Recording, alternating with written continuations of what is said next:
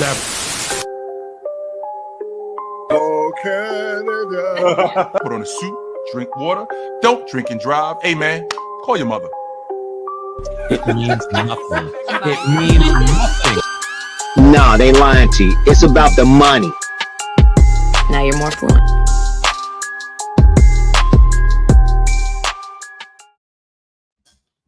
Yes, sir. You know, Fluent Jr. Uh-oh. I don't know what it is or how it is, but he does this. He says, yes, sir. I can't even mimic how he does it. He's like, I got to get the button of him saying, yes, sir. Because on the board. It sounds so good. but I can't copy it. I don't know how to do it differently. And it's just, it's interesting. That being speaking of good, Tone, I noticed that there's a little color to you. What's going on, Tone? Oh, this is what they call baseball season bronze. Baseball season bronze. The boys. Yeah. I love the fact. Listen, don't get me wrong. You know I love basketball. Basketball's my everything.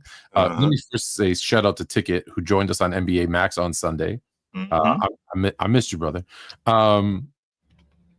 It was good to talk with Ticket again. Just FYI, it's a little bit calmer, but not softer Ticket. Same, staying true to who he is, which that's why I appreciate him. That's why I respect him. Yeah. That being said, I love basketball. Yeah. But when basketball season ends, which ended this weekend, by the way, unfortunately, we lost a tight one in the championship. We got the silver, but that's okay. Silver's good. Silver's good. Played a very good team. They had a kid who could go. He's like almost 6 foot with handles and go coast to coast anytime he wanted to. At 12? At 12. Oh my goodness. And so we lost by 4. It was a tight one, and honestly, we got 2 or 3 open shots that we missed. That's it. We set up the plays. They ran the plays. They didn't make a couple of shots, and we got the silver. That being said, with basketball being done, yeah. I get to stop coaching and be a dad, and I get to be a dad watching baseball. So I get to just sit there and cheer and get some, as you can see, get some sun. Now you ain't that kind of dad though, Tone. Are you screaming at me because I missed a strikeout? Oh no. I'm very positive. I'm very positive because if you're playing baseball, you're doing something I was never able to do. So I nothing. And he's also good. Like he's the shortstop. He's the starting shortstop. He's calling out the plays. I think he's perfect in the field. Double play all by himself this weekend. Like caught it, ran to third, tag out the guy who forgot to tag up. He's hitting like 400. Like he steals more bases than anybody because you know how fast he is. You've seen him. He's fast. He's quick and fast. So I can say nothing about his baseball. He's trying hard. He's doing great. Right. But I get to just cheer. I get to just cheer and sit in the sun, and it's so relaxing compared to being a coach because when you're coaching your kid, did you ever coach your daughter? No, I didn't. Okay, so when you coach your kid, you're kind of like in this worst scenario where you have to be the dad, but you also have to be the coach. Sure. So you got to coach and encourage and can't favorite. And sometimes you overcompensate and you're actually harder on him than the other kids because you don't want them to think that your favorite, being a favorite. Sometimes I play him less minutes than he earned because I don't want anyone ever saying like I play him more because he's my kid. And like, it's funny. And like this, I think I've done it right because I have parents telling me, hey, your sons are this, that shocks the hell out of me. He's our defensive spark plug. When he goes on there, like our defense goes to a whole nother level. Like you got to put him in more. And I'm like, I know, but I don't want to, but your kid. And they're like, I don't care. Bench my kid. Put your kid. And I'm like, all right, I know that I'm doing it right. So yeah, I got some sun, I got some color. We had a nice little tournament. Played a few games. Heartbreaking. Lost the first 2 games each by 1 run, and each time with a tragically bad call by the umps. And I'm not saying that as a dad. Bottom of the 6th, bases loaded. Not my son, another player on the team hits it. Single, drives in the tying run, but on the backswing, drops the bat. It hits the ground and hits the back catcher, and they call it a thrown bat and call them out. and that's how the game ends. Because it hit the plate and then hit the catcher. They said It bounced off the plate. they Give said me it a was break, thrown. Tone. They said it was thrown and that they'd already been warned. No one knew about the warning. No problem. Second game, this is my son. Hits a line drive back at the pitcher. He fumbles it, goes to chase him, and you know how fast he is. He goes like this, and say that he's the mic, misses by like this much. Yeah. Say they called it a tag and he's out. He clearly was. He missed it. Clear. We have two camera angles, but it's not like that. It's kids, right? So, but Right. that was again the game tying run. So we lose by one. Oh, you Good missed news. him. There's silver lining. Silver lining. Oh boy. The last game, the team that we're playing has to beat us to go to the final because it's a round robin, right? We If ain't they going. beat us, they're in the final. We could play spoiler. We beat them 6-2. We ain't going. You ain't going. We ain't going. You ain't going. And because of that, we didn't play on the Sunday on Father's Day, which allowed us because we were going to skip the last two games of the basketball playoffs because it's baseball season. Sure. And we got to play the basketball games too. So it all worked out great. Okay. All right. That It works. all worked out. And Nice. I got a nice little tan. Now, And where was it, Tone? Was it in your town or? No. No. The basketball was maybe 20 minutes away. Okay. But no, the baseball was in a place called London, Ontario, which is about 2.5 hours away from me. However, Yeah. everything always has a good side. That's where my brother and his family live. So I got to see my niece and nephew. They got to hang out with their cousins. My brother, as you know, he was home, but then had to fly out to OKC for game 5. Yep. Got Fluent Jr. a nice J-dub, the right J-dub. He tricked us so bad. He said, "What jersey do you want?" So his cousin got SGA, but like, you know, the official one with the finals logo on the back and everything. Yep. So he goes, "Okay, my cousin has SGA. Give me J-dub." So my brother's like, "Okay, cool." So he's there and he goes, "So I got J-dub, right? Or you got Williams, number 34, right?" He's like, "No, not the number 8, number 8." And he goes, No, I have a Williams, number 34. Not that one. He got the right. Come on, He man. got the right one. He got the right one. And then I was like, "Dude, you gotta like please confirm." And he goes, and he's like, "Bro, like I know what I'm doing." Mhm. And so he sends, and he goes, and he sends. Here we go. Because you know he works kind of in the production side of it. So there. That's the right one. We're like, yeah, that's right. Sure. Now, see, Tone and I, as you guys know, Tone and I, you know, we're in different phases. Tone, he's got the pre-teens. I'm already past that. I got the adult daughter that's, you know, going to make me a grandfather one day. So. Oh, I thought you had some breaking news. I do not have any breaking news. No, I don't. But you know, I was going to give you no, that's not going on yet, right? I have not gotten that phone call yet, but I did get the Happy Father's Day. From the kid. But yeah, me and Tone's still in that phase with pre-adolescent kids and Jay's talking me off the ledge every time I wanted to. Because I've been there. I've been to soccer games. I've been to basketball games, and I'm not sitting. Unlike my mother, I'm not sitting close to the court because I don't want to be that parent. I'm sitting when my daughter was playing soccer. I'm as far away from the field as I can see because I don't want to be close enough where she can see me, but far enough away where I ain't involved in it. And I don't want to be a part of that. And then when she plays basketball, I sit further up away from the court where she can still see me, but further enough away where I'm not a part of the action. So you know what it is. Mm-hmm. All right. So today is a bit of it's not a bit, it's an anniversary. Yep. What's going on? I'm going to move out of the way. Mm-hmm. All right. You can see mine. You can see that one. Yep. 15 years ago today, Kobe won the 5th and unfortunately final championship of his Lakers run.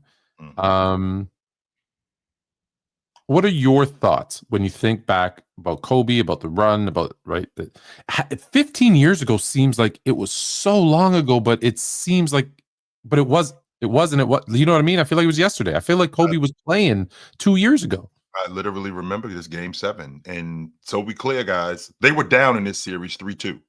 They came back to Los Angeles down 3-2. The Celtics had beaten them in game 5. So the Celtics are up. They come to Los Angeles, and if they lose game 6, series is over. And he loses to the Celtics not once. He loses to them twice.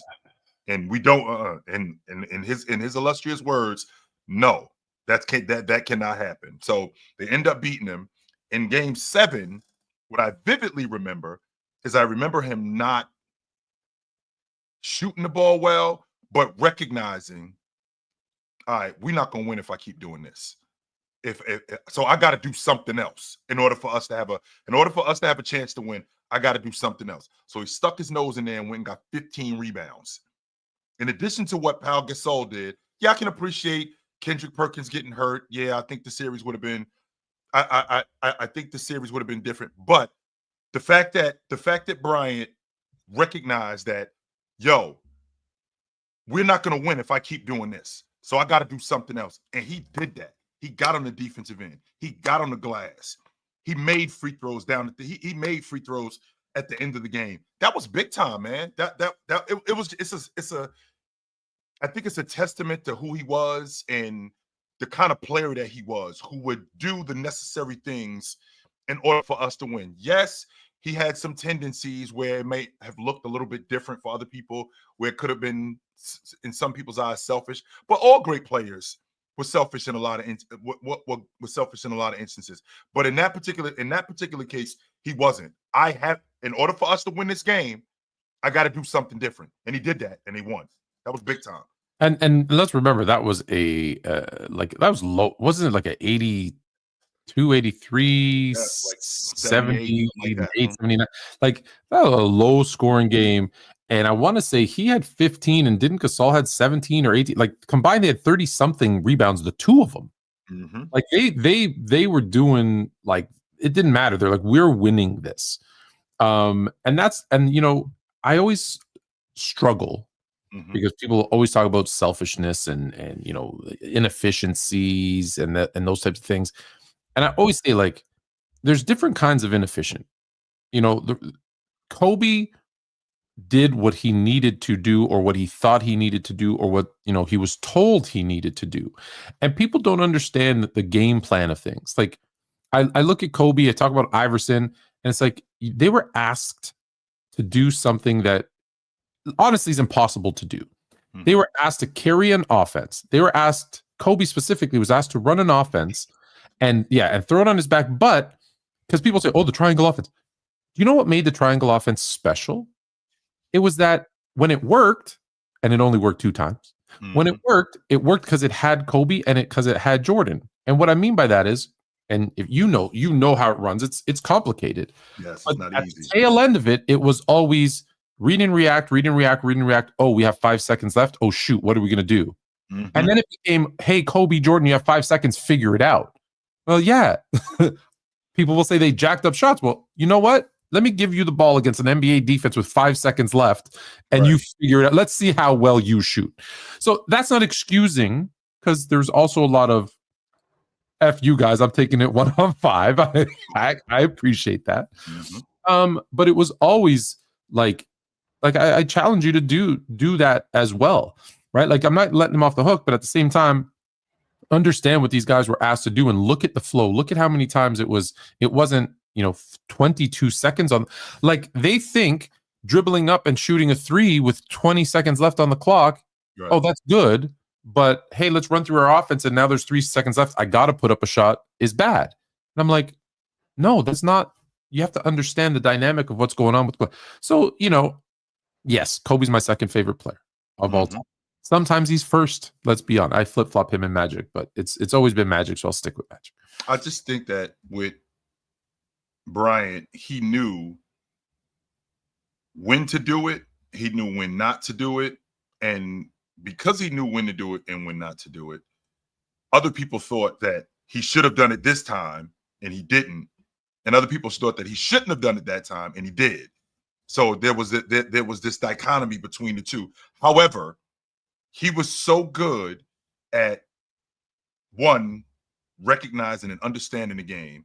He was so good in terms of a skill set in the triangle that it just looked so much better than everybody else. And it was so conducive to his game, which is why in that game 7 today, 15 years ago, which is why it worked, because Derek Fisher was able to get good shots because the defense keyed a lot on Bryant. Sure. That's why Pau Gasol went almost 20 and 20 that game, because the defense was keyed on Bryant. So because of that, right? So because of that, I think that's what made him great. That's what made him so awesome. So I can honestly say, I can honestly say that I enjoyed watching him. I enjoyed Bryant being in the league. And today, 15 years ago, I was so happy to see them beat the Celtics. I just was. I was so charged to see them beat the Celtics, because I'm with the only reason why it was kind of like the Bad Boys, though. The only reason why I watched the Celtics was because of Bird. I couldn't stand them dudes neither. I couldn't. I've never. I would be lying if I said I dug the. I'd be lying if I said I started digging. I started digging Mikal more and more when I recognized how good he was. I dug Robert Parrish, but for the most part, I couldn't stand the hate them all. Hate everyone who played there, plays there, playing there. Them. So to watch the Lakers beat them and to watch Bryant go off on them, and not to have that on his resume that I didn't lose to the Celtics. Well, I beat them. So you can't put that on me. We did beat them. That was big time. I want green in my bank, not in my jersey. Yes. I hate everything about the Celtics, but it's just, people will look at they won't go watch the game, which is sad. Mm-hmm. They'll be like, he shot 25%, he sucks. No, like, because if it was your player, if it was your guy, you'd go watch the game and say, yeah, but look at all these other things he did. And that's important. Now, if he had shot 25%, had 0 rebounds, 0 assists, minus 25, blah, blah, blah, no, that sort of thing. Sure. Okay. You can say, hey, he choked, he and they lost, he choked. Sure. But when you see, like, okay, he's having a bad shooting game, but he's still, like, you got to look at holistically that picture. Yep.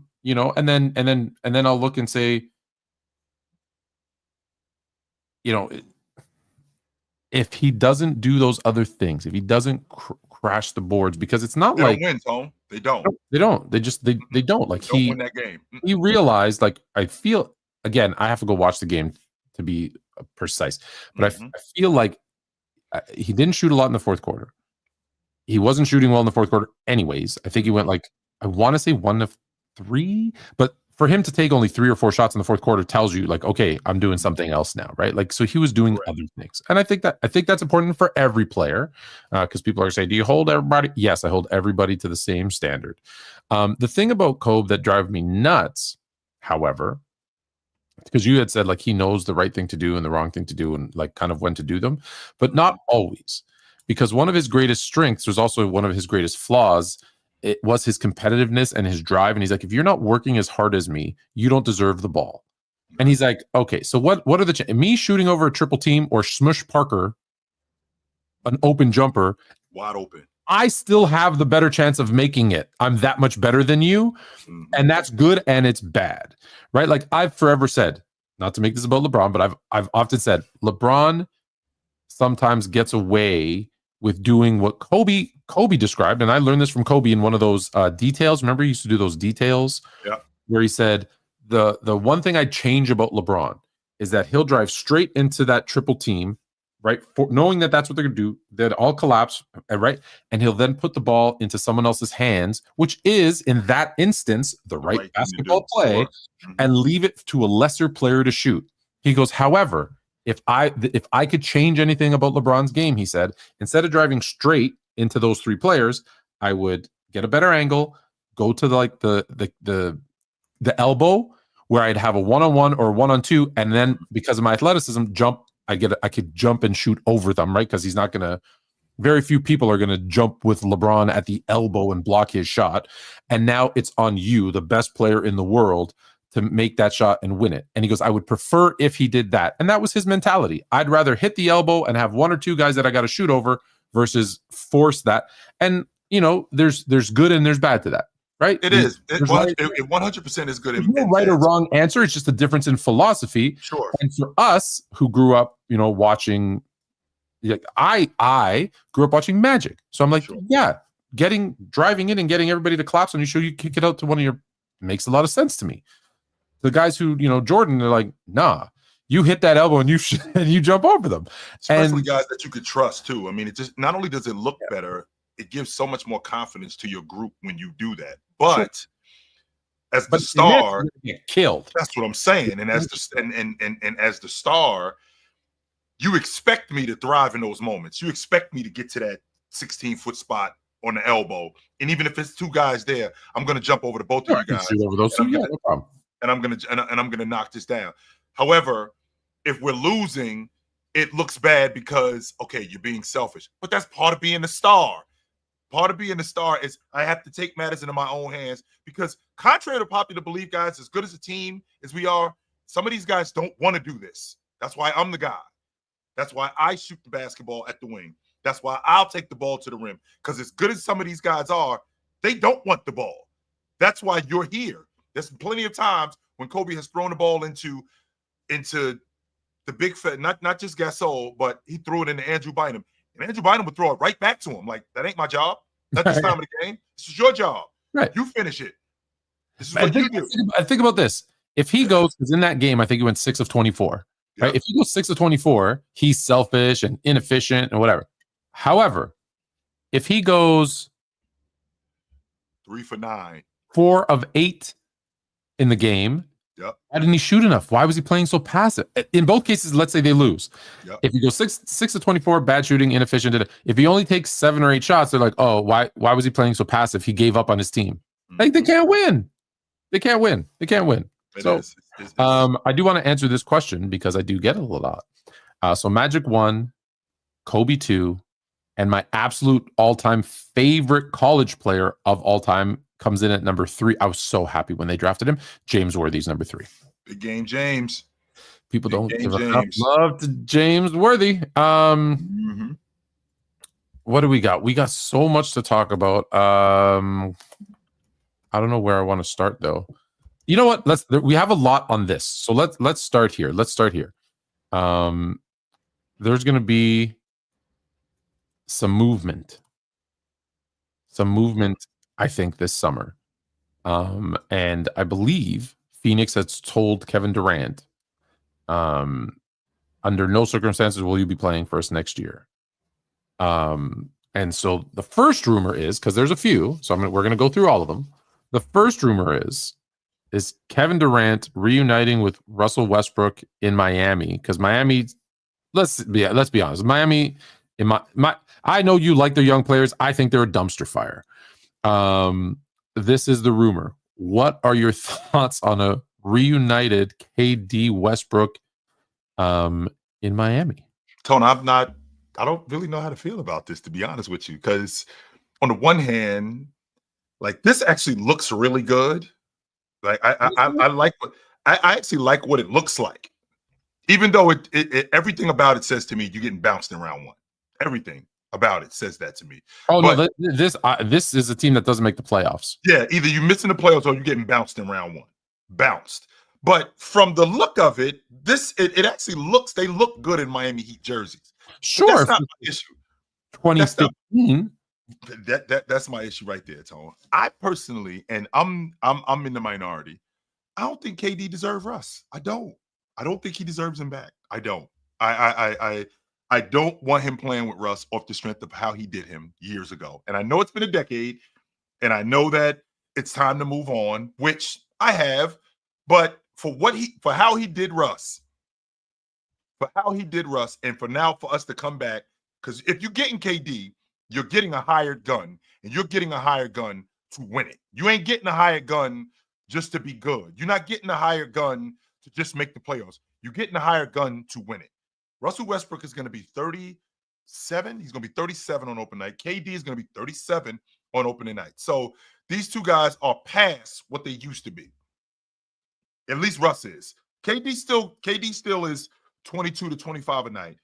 But what they would have to give up, I don't think it's worth KD, but Phoenix is in a space right now where they don't really have much of a choice because they're not in the catbird seat. KD is coming off the books after this year. So, but there's a question. What would Miami have to give up to make this happen? Okay, so KD is on the books for $54 million. Got to make the money match because of the second apron. In addition to that, Tyler Hero's making $30 million. I think Bam's making $42 million. We got Khalil Ware on a Rook deal, who, by the way, is off the table. I'm not interested in handing over Khalil Ware for Kevin Durant. I'm not doing that. That's my starting 5-man for the next Here we years. go. No, I'm not doing that, Tone. Nope, I'm not. I'm not handing over Khalil Ware. And the reason why I'm not handing over Khalil Ware is because I know that we live in a time of parity, and I know that one move could push us over the top. I get that part, Tone. I don't think it's KD. Especially in the East. I don't think it's KD though. I don't. I don't. No, I listen. I don't think it's KD. I get a lot of I get a lot of grief for saying the truth about KD, that he's a bit of a fraud. He's definitely overrated, and people never take the time to sit down and have the conversation with me. They just immediately, Fluent, man, Fluent, man. Right? No. Hear me out. Kevin Durant is, when I say overrated and a bit of a fraud, I'm saying in the sense that we want to put him in the upper echelon of players, and people do say he's a top 10 player all time. Mm-hmm. And they only say that because they love scoring. And is he a top 10 scorer of all time? 100%. Mm-hmm. However, he is the definition of a mercenary. If you have a team that is well balanced, really good defensively, shares the ball, and you plop him in, Warriors, to that team, statistically, he might look like the best player, but he's not. But he will take that team and make them, much like the Warriors, almost unstoppable, if not unstoppable. I'll say almost, because I think that they were taken to deep into game 6 or 7 there in one of those runs, right? Barring injuries, of course. So that's what I mean by it. He's not a guy that you can just take and put on a team and now say, okay, now that team's going to have a deep playoff run. Because now, Brooklyn, maybe there was injuries. Didn't work in Phoenix, right? OKC, they were young, and they did go to the finals, and they did have some deep playoff runs. But let's not forget, they also had an incredible roster. An incredibly balanced roster. They had offense, they had defense, they had passing. Like that roster, oh my God. It's kind of like how you feel about OKC today. It's like, I wish they keep these guys together for 3-4 years and see what they can do. But like, is there a team where if he went on and was the clear cut, and I had this debate the other day, and I'll share you the list, and I'll tell you what. If you put him on any roster, does that roster automatically become a title contender? Right? Which is the 3 or 4 or 5 people that you would consider a superstar. Yeah. If any roster, if you could put him on any roster, say, they're going to have a deep playoff run. If the answer is no, that's okay. It doesn't mean he's a bad player. It just means I don't have him as a top 10 greatest, superstar. Put him on any team. And we'll run it down, Tone. If he's in Cleveland, what happens? Like take. Again, depends. If he goes in for Donovan Mitchell, I think that team's an automatic contender. But that's because it has rebounding, defense. It has all those other things. That's a great spot for him. This currently constructed Boston team with Jason Tatum out of the lineup. So Jason Tatum is out of the lineup. Enter Kevin Durant. What does this crew look like? If he replaces Tatum, Jason Tatum, and everybody else is healthy. Again, they have the deepest roster, and they have a legit score. They are a contender, and that's not. I'm not comparing him to Jason Tatum, saying which one's better or worse. What I'm saying is that's a great roster. So 100%, they're going deep. Take OG Anunoby off the Knicks and into Kevin Durant. What do they look like? Eastern Conference Final losers. Eastern Conference, because I think they'll get the scoring, but they'll lose and then you'll have 3 defensive liabilities. I don't think KD's a defensive liability, but I definitely think Cat and Brunson are. But I think KD's going to have to make up for a lot of that, and I don't think he can. I don't think that's. And I don't think he can. That's what I'm saying. He can't make up for their lack of defense where OG Anunoby could. Now he doesn't give him the offense, so you're hoping that they're all on, they hit their shots, and they outscore the other team. Well, we saw how that worked every other time they've tried that with Kevin Durant. That doesn't show me when that worked in today's NBA, where a team no defense and they just outscored the other guys. It has not. You can't. But that's why teams like Phoenix and the 7 seconds or less offense, like I can't hit you more than I could stop you from hitting me. You got to be able to get stops. Listen, the Bucks, right, tried that. They gave up on their defense. They brought in Dame, and they're like, okay, we're going to just outscore teams. Now, okay, there were some injuries that they dealt with too, but for the most part, even if they didn't, let's be honest, even if they were healthy, they weren't going anywhere. So okay. I'm thinking about Indiana. Take Siakam out of that lineup, Tone, and put KD in it. Or actually keep Siakam in that lineup. Take Nesmith out of that lineup and put KD in it. Well, of course, then that's a huge upgrade. Sure, 100% it is. So you're picking the teams that have great roster. What about all the other teams? That's what I'm saying. Like, okay, take Kuzma out of the lineup and put KD in there. And now I got Giannis and KD.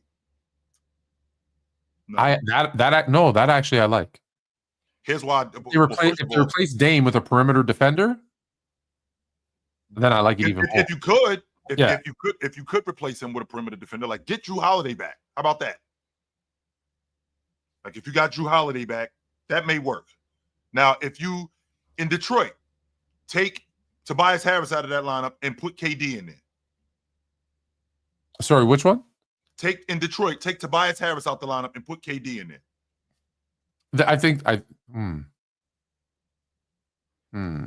Now, the thing I'm thinking about, I struggle with that one because will he mess up what they got going? Well, here's the thing, Tone. If you think about, we're talking about KD now, right? We're not saying KD at 30. He's going to be 37 on opening night. We're in the 25-26 season.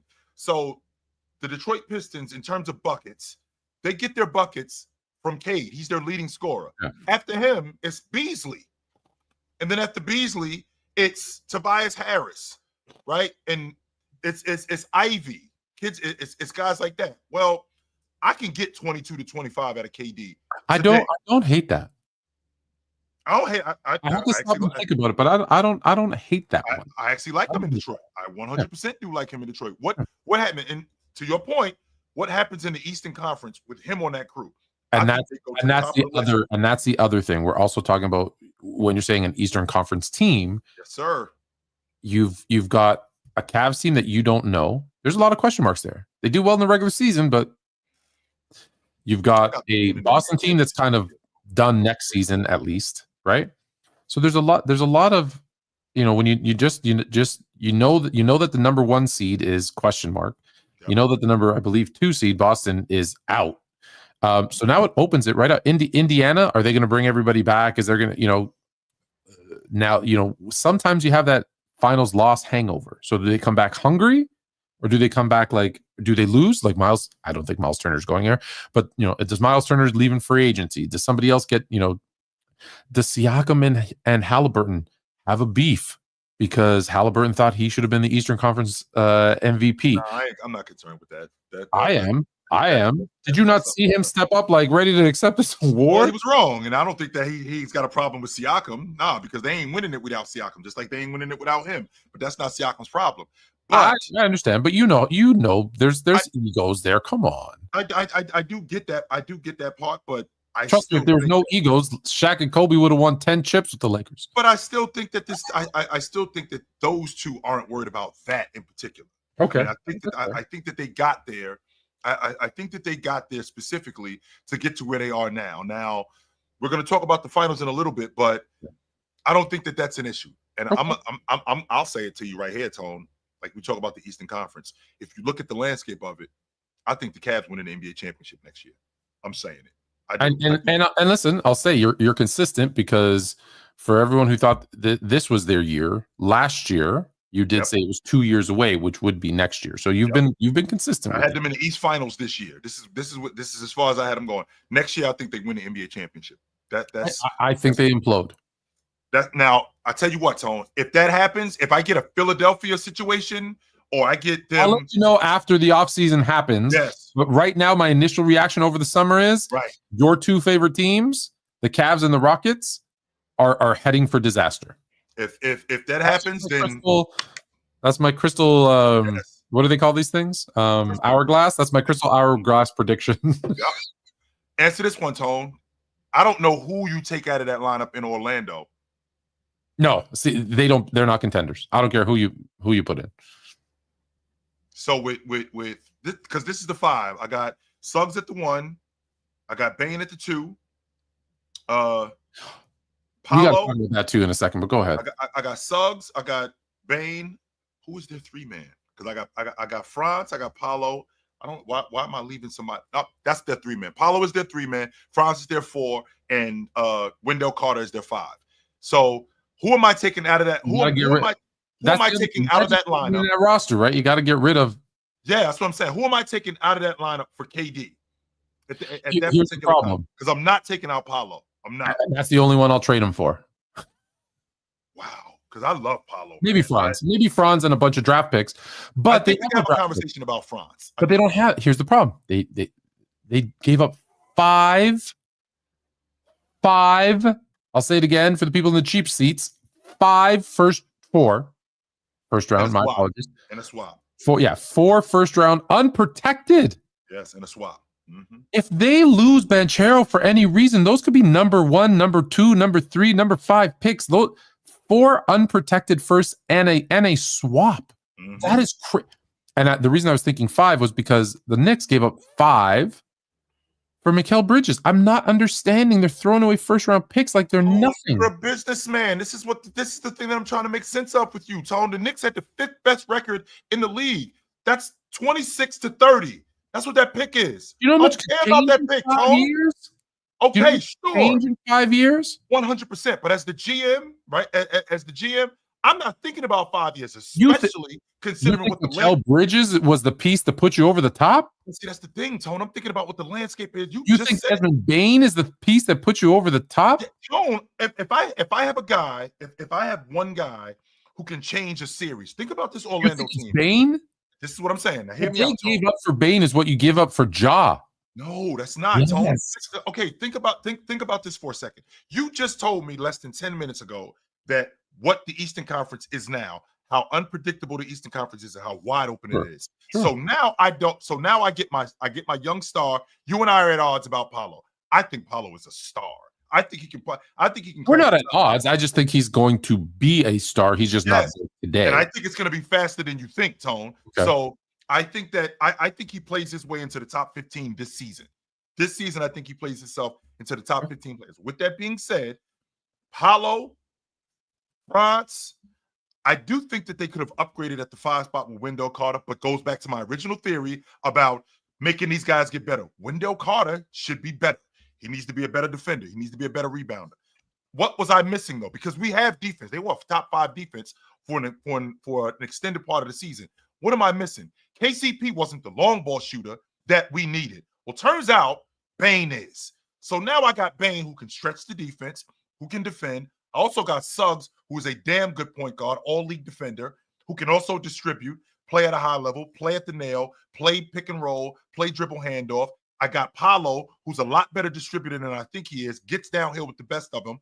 And I got some of the best rotation players in the game in Orlando and a damn good coach. And back to your point, the Eastern Conference with Jason Tatum getting hurt, Tone, what happened to the door? I think it just flew open. I don't think it was cracked. I just don't think T-Rex Bane is the answer to. And here's why I think he is, right? I think that he is the answer to them contending. I don't think he's the answer to them winning it, but I think he's the answer to them contending. Tone, you and I go back and forth plenty of times about how important luck is, how important things going your way is. Because sure, from a talent standpoint, if you look at this Orlando roster, okay, you might not be blown away like you are with Oklahoma City with the talent, right? You might not be blown away like you are with Boston with the talent. But I'll tell you what Indiana is doing and how they're winning basketball games, Orlando can do the same Orlando can have the same makeup. Instead of playing fast like Indiana does, what we're going to do is we're going to lock down. We're going to play defense. We're going to run our offense through our big in Paolo, and we're going to stretch the defense with both Bane and Franz. Franz is another one who's got to get better he's got to get better as a perimeter player and as a shooter. He's got to get better. No question about that. And we have to stay healthy, Tone, because that was one of the main reasons why we weren't where we could have been this season, because Paolo missed a real good chunk of the season. And then Franz got hurt. So I think that's one of the main reasons why. So those 5 picks, those 5 ones you're talking about, Tone, we can find ourselves in a space this year, this Eastern Conference, where we end up with the 3rd seed or the 2nd seed. That's the 28th, 29th, or the 30th pick. Or you could end up with the 3rd pick and have to give it away. Because look at 100%. Dallas. Dallas wasn't a bad team. Dallas had Luka, Kyrie. Like that team missed it by that much, and they won the lottery. Imagine Paulo misses a chunk, which is not wishing any ill will on him, but it happens. And they just miss out. And then they win the lottery like Dallas did, which Orlando has done multiple times. So it's not crazy to think they'll win the lottery unless you think it's fixed. But if you want to tell me it's not, imagine you have an opportunity to put a superstar caliber player, a number 1 overall pick next to Paulo, and instead you're giving that pick to Memphis for Desmond Bane. Yes, sir. I am giving it. I'm telling you right now, mark it down in your calendars, June 17th, 8:41 p.m. Eastern. One of those 5 picks, at least, is going to come back to bite Orlando in the butt. At least. I think that, and to Tone's point, mark this down. I think that in the next 3 years, because I think that we've already seen the Paulo injury, the France injury, I think that they have better health next year.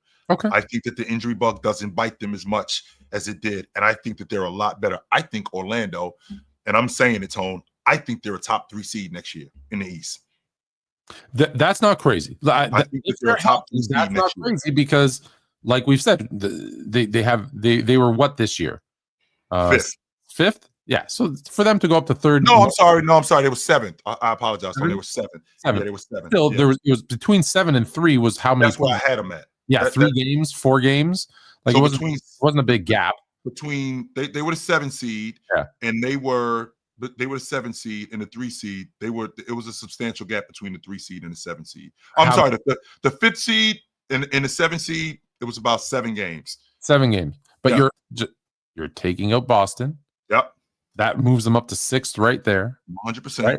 So there's and you take away those losses to Boston probably too, right? So that's what I'm saying. There's an opportunity. All right. Yes. We're going to stick on the KD thing for another because here's the second last scenario. The Raptors trade offer. This is a report. For Kevin Durant would feature RJ Barrett, your guy, IQ, no one's guy, Jakob Poeltl, which I don't know how that spells Jakob Poeltl, but whatever. And their 9th overall pick this year. I think that's a lot for KD. Okay, so I was gonna say, is that enough to get KD? You think it's a lot for KD? Yeah, I think that's a haul for KD. Barrett, Emmanuel quickly. Tone, if I'm Phoenix, you've already made it clear to me. I'm not helping Phoenix do anything.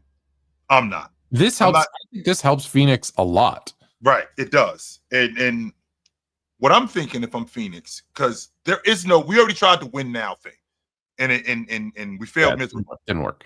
Right, we failed miserably. So I'm thinking we have to get with a team. I need my draft picks back, Tone, because I got to start over. I need my draft picks back. And who has my draft picks? Houston's got my draft picks. Brooklyn's got some draft picks. I'd like to get some of these. It's going to take 3 teams. I need at least 2 ones. I think I can get one of those picks back from Houston. If Brooklyn would give me one of those ones, that would be huge. Or even if Toronto, I could get involved with them. But the problem with Toronto is if I got involved with Toronto and I got involved with Houston, both of them are trading for KD. So Houston's not just going to give me a 1 and not KD be involved in it. Toronto's not going to give me a 1 and not get KD neither. Of course. So I'm trying to figure out, because I need draft picks. I'm trying to figure out who I can get involved with that can give me more than 1 draft pick. Because I need more than one. Toronto has all their draft picks. So let me just Toronto. This is just a rumor. Toronto might give up 3 first-round picks, 4 they've got all of their draft picks for the next 5, 6, 7, 8 years. So they have their first-round draft picks, and by all accounts, even with Kevin Durant, they're going to be high. Now, the reason this is even a thing is because the Raptors were very vocal about their desire to make a splash this summer and bring in a superstar, and the 2 names were Giannis and KD. KD, for those that don't know, growing up in Washington, was a Raptor fan. Huge Raptor fan. He loved Right, Vince because Carter. he was a Vince Carter fan. Absolutely. Here's the problem. If this trade is made, you're going to have a starting lineup that consists of no center, because they obviously did have to make some other moves, but as of right now, they would have no center because Jakob Poeltl, who is probably a great backup center, let me not say great, a very good backup center, he's the only center on the team. You now also have a team that doesn't have a point guard. And you're going to start a combination of Brendan Ingram, which is Timu version of KD, who's 37-year-old version of KD, and Scotty Barnes. Oh boy. That team is going to stink. And we won't have our draft pick either, so we can get. And you won't have your draft pick. So you're gonna have to figure out a way to play Grady Dick in there. Oh boy. And then it's That's my starting two guard. That's my starting two guard right there, actually. And then it's a bunch of question marks. So you're gonna have Timu KD, and Scotty Barnes, all guys who play like kind of the 3-4 spot in today's NBA. And I gave Miami my point guard in Davion Mitchell, so I don't. That I don't even understand at all. Yeah, I gave Miami my point guard. They got him. He was playing well, and it's going to be this team will be another. Everyone will hype it up, and then they don't make the playoffs. It's like, what happened? They're going to be Philly. No, more like Brian A.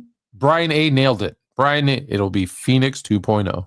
No, thank you, Brian. That's exactly what it would be. It'll be the new Booker, Beal, KD. No. It's going to be horrible. Now, can you assume that they're going to make a bunch of great picks and pick up a point guard and pick up a center and Sure, that's possible. Right? Other people will tell you, well, what if they get Giannis too? No, you're not.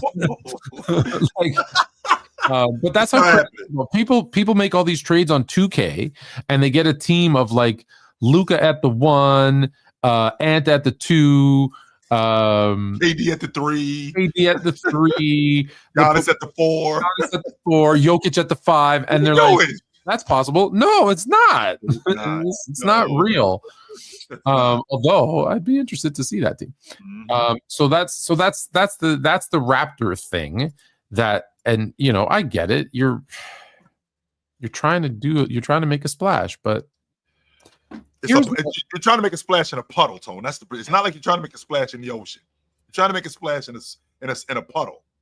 That's what you're trying to do, and it's not working. There is a team, however, that he won't be playing for. That is presumably, and that's the Minnesota Timberwolves, because apparently, according to Shams, I've been told Kevin Durant has no desire to play in Minnesota with the Timberwolves. Does he have a no trade clause? He does not. It's only 2 guys in the league that have no trade clauses. Then I don't care what he desires, but I find it interesting. Why do you think he doesn't want to play there? Is it too cold? I think because it's Minnesota more than anything. I think because it's Minnesota, and I think that with Ant being up there, I don't think he wants to step on Ant's toes. I think that he wants Ant to cement his own legacy, and I don't think he wants to get involved in that. And even though, Tone, he's the one who's holding up the deal. Like if he said thumbs up to Minnesota, he'd be in Minnesota, but he's not interested in going up there. Yes, I think that if he went to have a deal in place. Yes, I think they have a deal because of all the teams, Miami, Minnesota, San Antonio, Toronto, the teams that I've heard, Minnesota seems to be the closest. And if he gave them a thumbs up to Minnesota, which what would it be, like sign and trade Julius Randle and pieces? Something to that effect. Okay. Yeah, something to that effect. But I don't think that he wants to step on what's going on with Ant. I think that we know who KD is. He cares about anybody's toes.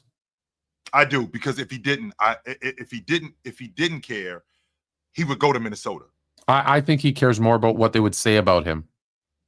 So if that's true, Tone, then why did he demand out in Brooklyn when he demanded when he was the one who went there in the first place? Why did he end up in Phoenix to put that crew together, which completely bombed? This is like a super group. Yeah, I don't know. Correct me if I'm wrong. Did he demand to go to Phoenix? Well, when he asked to be when he asked out, that was the preferred destination. Right, but he didn't say he didn't. I think not many guys demand to go here. And right, so that's what I'm saying. It's not like he left OKC and went and joined the Warriors, which he gets killed for to this day. I think if he found a way, or they found a way, and they moved him to Minnesota with Ant, with Gobert, with. I think there would be a big like, oh, here we go again. He needs to get carried by, and I think that's more of the reason. I think he made a huge mistake for his legacy. Smart basketball move. Made a huge mistake for his legacy going to the Warriors. And I've said this a million times before, and I think a bigger mistake leaving the Warriors. He should have gone to the Warriors, owned it, and stayed. There was no reason to leave. And said and put his middle finger up to the world and said, I don't care. I wanted to play with these dudes, and we're gonna run it back and win more and win more. And I'm gonna get healthy, and I'm gonna run it back and win more. And that's it. And I think that's what he should have done. And I would have been okay with that. I think ever since he left, he's been trying to prove I can be the guy. And to my point about him, not in a negative way, being kind of an overrated bit of a fraud, is that I don't think he's the number one. So let me give you the list that I was referring to earlier. Mm-hmm. I hope I can find it quickly. But basically, someone said this list is. And to your point, Tony, yes. Oh, no. If he wanted to win and continue to win, there was no reason to leave Golden State. He had rabbit ears. That's what the problem was. More than anything, he had rabbit ears. Because if you were leaving Golden State to get on a crew and show that you can win without these guys, why did you leave Oklahoma City in the first place? There was no reason to leave Oklahoma City. If that was the ultimate goal, to get the Golden State, and then ultimately leave there, because he had rabbit ears. That's why I want to go show everybody that I can do this and be the man. Well, you were the man in Oklahoma City. You didn't have to leave Oklahoma City. You didn't have to leave Russ. You didn't have to leave Ibaka. No. You didn't have to leave Steven Adams. You had to leave none of them dudes. So you got on this Golden State team and you won. To your point, Tone, I ain't going nowhere. I'm going to spend a decade here and we're going to figure this thing out. And every year we're going to be in the finals. And if we're not in the finals, we're going to be close to it. If we're not winning the NBA championship, we're going to be close to it every year. I promise this list exists. Yep. I promise. Here we go. So here's the list. So I was told these are the only superstars in the NBA. Mm-hmm. Nikola Jokic, Giannis Antetokounmpo, SGA, Luka, Tatum, Wembanyama, Anthony Davis, Donovan Mitchell, Anthony Edwards, Jalen Brunson, Tyrese Halliburton, Steph Curry. And I replied, your list is too long. And I got a lot of why. And why I say it is, can Nikola Jokic be the clear-cut number one on a championship contending team? Yes. He's a superstar. Is Giannis Antetokounmpo, can he be the clear-cut number one on a championship contending team? Yes. He's done it. So we can't. Can SGA? Yes. It depends on what you think of J-Dub, but I think most people would say SGA is still the more complete player, and we'll get to that. He's the man on that crew. Yeah. As good as J-Dub is, I think we can recognize SGA is the man on that crew. Can Luka? We don't know yet. Although he did well last year, you could say he did take a team to the NBA championship. So yes, I can get us there. Yeah, winning it, that's different. I'm actually okay with those first five. There's some question marks, but I'm okay with those first. Here's where you got to start asking the tough questions. Can Jason Tatum? Yes, but we don't. You think, but we don't know, because I don't think he's the clear-cut number one with Jaylen Brown. I led us in every major statistical category. I did that. That's the man on the crew, and it's and not only did I did that all season long too. As the best player on this team, I became a first-team All-Pro because I'm not going to argue, because I know how you feel about Tatum, so I don't want to get in that argument, even though I disagree. Okay, Victor, I'm just saying it's too early to say that. I think Victor Wembanyama, and I'm on record saying this, Tone, maybe I'm wrong, but I think that Vic is a guy very much like you talked about with Paolo and what you think he's going to be. I think people want Vic to be that right now. Right. And all I'm saying is he's not that right now. They want him to be. I think he's going to be that. I'm just saying he's not there today. Yeah. Anthony Davis. I think the answer is no. I don't think he can be the clear-cut number one on a championship contending team today. I think that he will be in that Dallas uniform. I think he'll be the guy, the clear-cut guy on that Dallas team. We'll see. Now don't get me wrong, Tone. They've changed the dynamic of the team. So it's not Luka averaging 35, 9 and 9. It's not SG leading the league in scoring. No, I think that they're more of a defensive unit, and I think that their team is built around a defensive player who can score, which is Anthony Davis. Okay. That's what I think what I think they have. I think the answer is no. Donovan Mitchell, I think it's no. You think yes, I'm assuming because you have him as the best shooting guard in the league. Mm-hmm. I think it's a no. Anthony Edwards. I still think it's too early. I think Anthony Edwards is going to be a weird situation where he's going to mature and have that success later.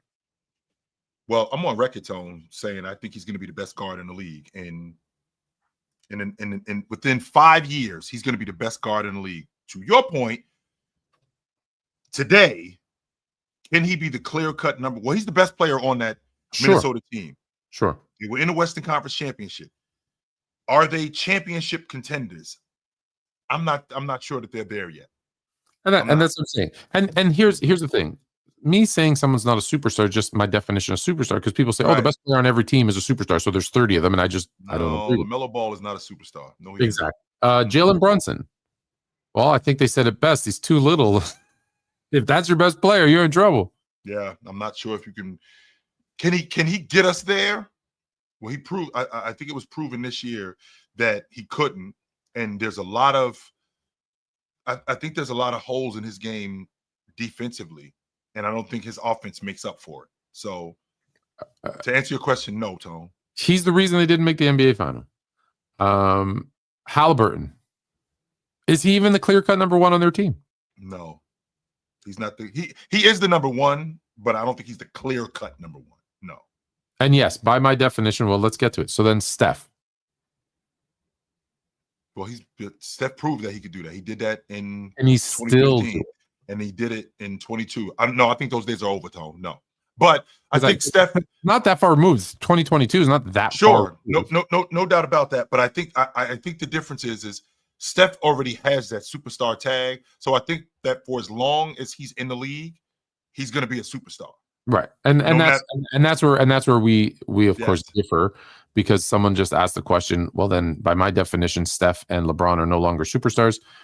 And I say the caveat that I say is yes, but it's because I'm defining as today they're not playing to the superstar caliber level, meaning they can't be the clear-cut number one that takes a team to the finals.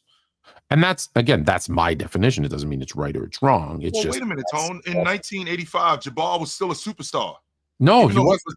Even though he was old, and even though they still got the NBA 2001, was Michael Jordan still a superstar playing? So when Jordan came back to the league, was he still a superstar? With the Wizards, no.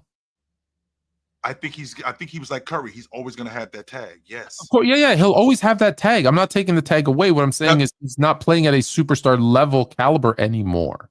Now, to your definition, if he was playing, they would have made the playoffs. No, well, that was a bad team, Tone. It doesn't matter. That's my point. That's my point. Is a superstar is to be a superstar by my by in your estimation. You have to be that good that you can take that team into deep playoff runs and be a title contender. So was Brian a superstar in 05? Was Brian a superstar in 05? Yeah. Again, yes, he was. Yes, he was a superstar, but was he playing at a superstar level that was able to take his team as bad as he was? Okay, those two things are different, Tom. They're different. Absolutely. Those two things are different. So exactly. Jordan was a superstar. They'll always be superstars. Yes, they'll 100%. Always be. They'll always have that. They'll be able to wear that medallion of superstar.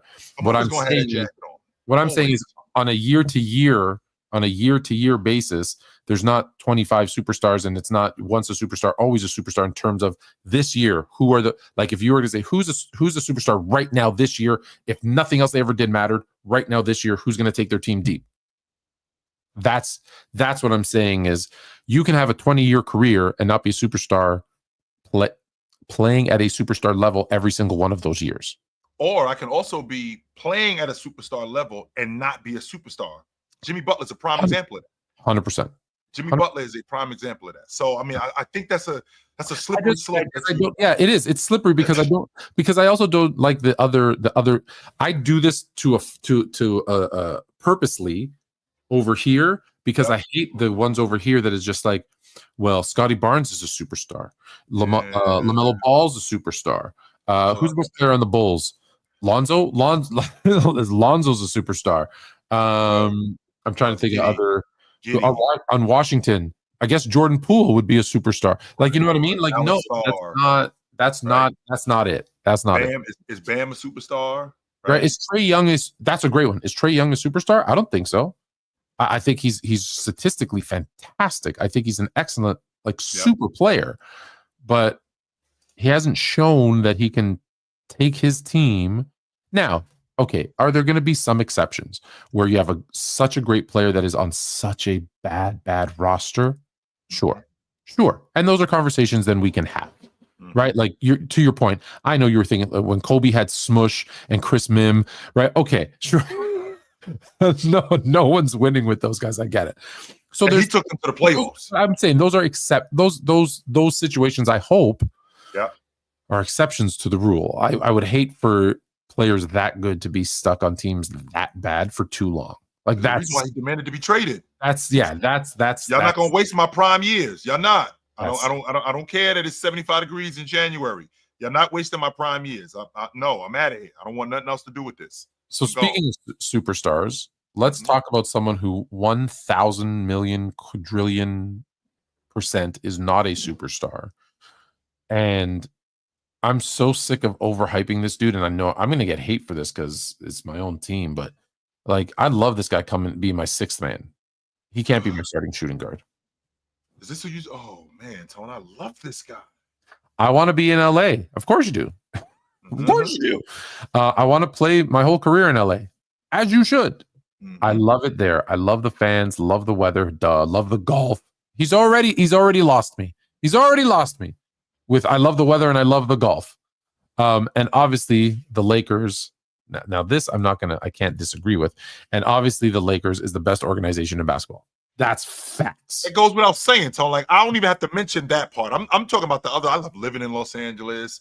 I love the people here. I love the weather. I love golf. Like, I can't. I like to say that. I really don't. Honestly, the weather and golf part bothers me. Tone, I don't have to say I love where I work. You already know that. I love working here. This is a great organization to work for. Team. No doubt about that. Playing for the Lakers, that's the creme de la creme. It's like playing for the Yankees, right? It's like playing for whomever in the NFL. It's like playing for the 49ers. It's like playing for a team like that. It's like playing for the creme de la creme in pro football, in pro baseball, the Yankees or the Dodgers. Playing for the Lakers. That's what it's like playing for them. So I don't have to mention that it's the best organization. I don't have to talk about that. I'm talking about just wanting to be here. Now, let's be clear. In the end, Tony, you're a businessman. You can appreciate this. And I do work here. That's really what it is. What else is he gonna say? Right. I do exactly. I do work here. So with that being said, and you're a Laker guy, Tone, you and me are at odds with this. I love this guy. I love this. Let's be clear. I love him too.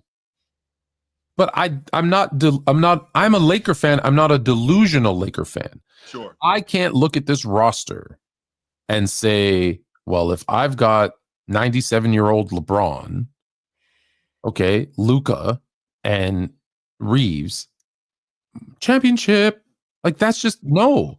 So if someone comes knocking and says, hey, we're going to give you a big that you so desperately need, but it's going to cost you more than Dalton Connect, it's going to cost you Austin Reeves, I'm like, hell yeah.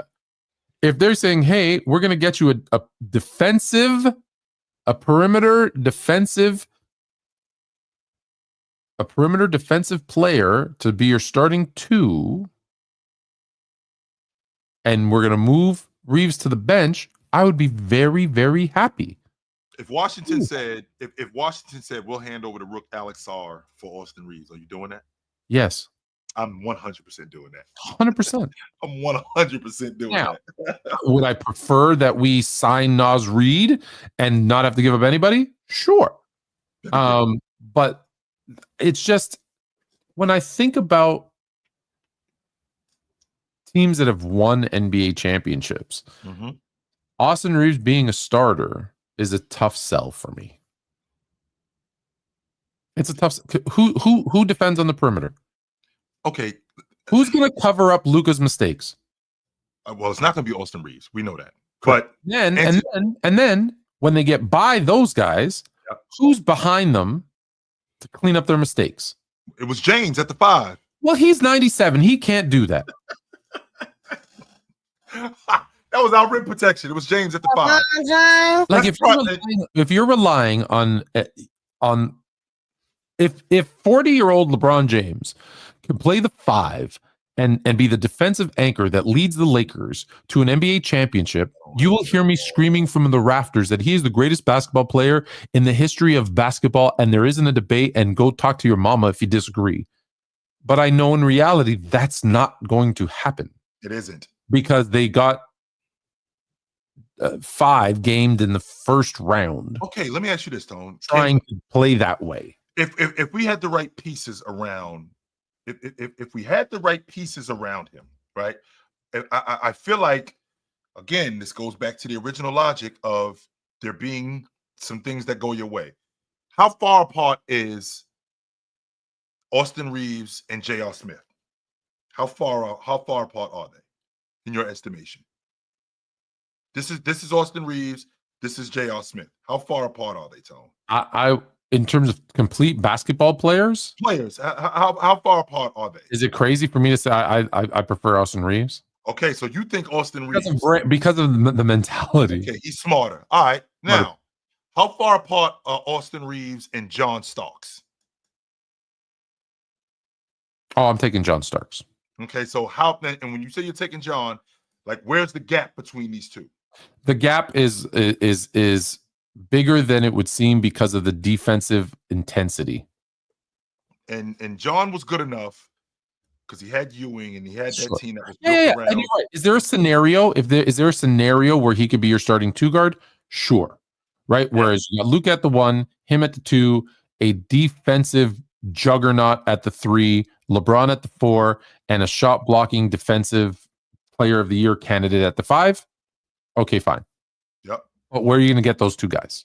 And because you can't just snap your fingers and get those 2 guys, the odd man out is going to be Reeves because you're not getting rid of Luka or LeBron. So Reeves is just the guy. So Tone, okay, so with Reeves, because I know how you feel about him, you love him more, because I feel the same way about Tyler Hero. I've always thought Tyler Hero's a great Manu Ginobili, Vinny Johnson. Tyler Hero and Austin Reeves should be fighting for 6th man of the year every year. That's how I feel about on a championship contending team. 100%. That's 100% how I feel about Tyler Hero. You as a Laker guy, Tone, what is priority number 1 in this offseason? A big. Actually, multiple. Get 2, get 3, get 4. I don't care. To be quite honest with you, I'm not concerned with James. I'm not concerned with Luka. I'm not concerned with Austin Reeves. At the top of our list is getting a big guy. Yeah. And I don't know if you got a draft pick. I'm not sure if you have a draft pick. Yeah, we got a draft pick. So you do have a draft pick. I think that's priority number 1. Of all the things that you have to do, we have to start with getting a 5-man. Once upon a time, the big man.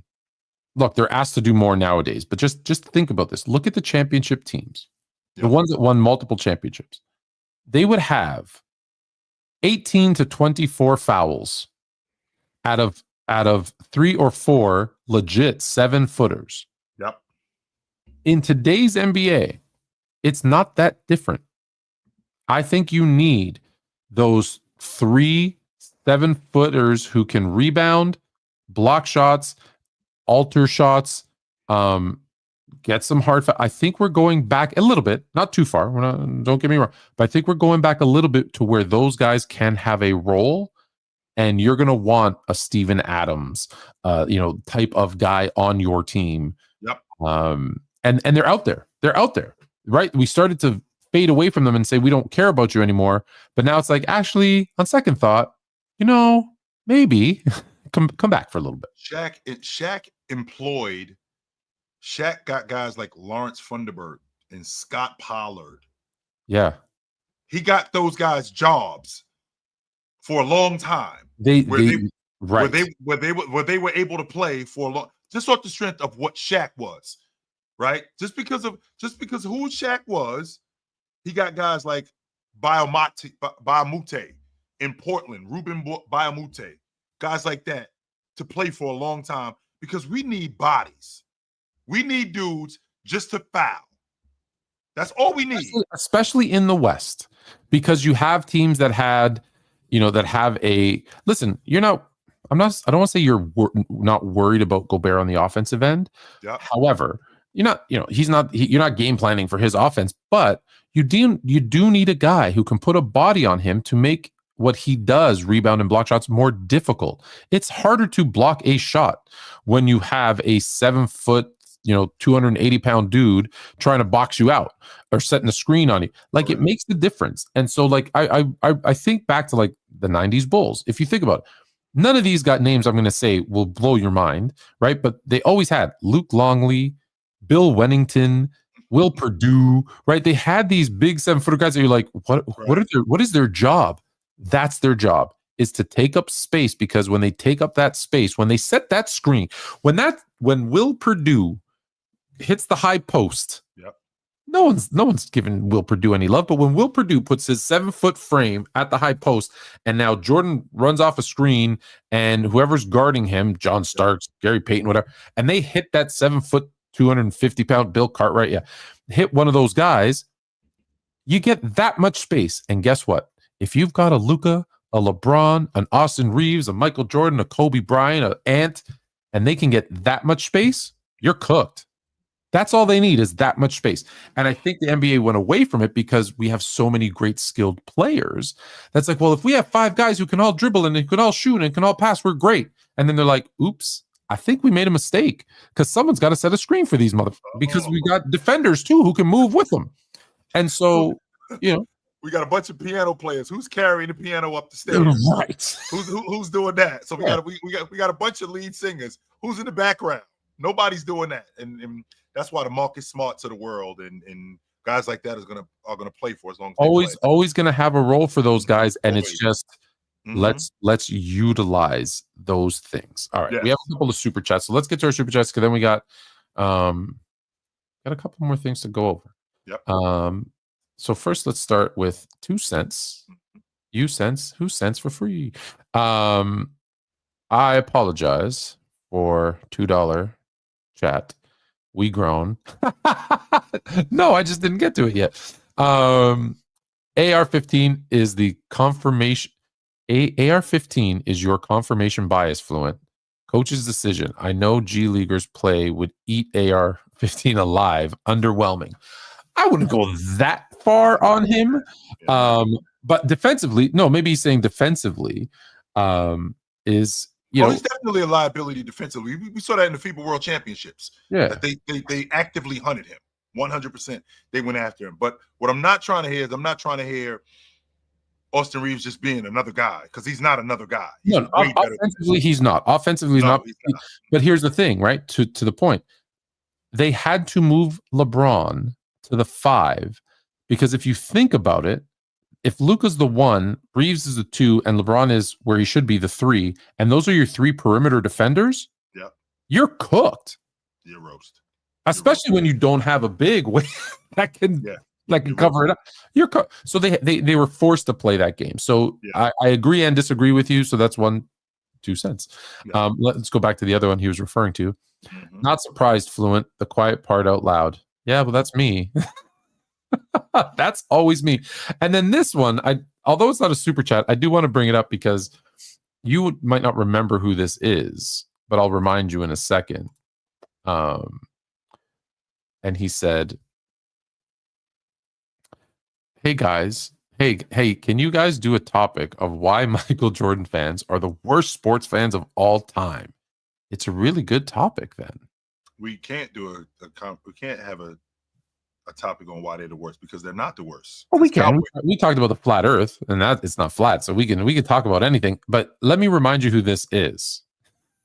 So there was an episode of the Hoopstorians, and this is the guy who was on for about 30 seconds, and I gave him a look, and he hung up because I gave him a squinty-eyed look. FYI, he didn't stay on long enough to know that I had a migraine that day.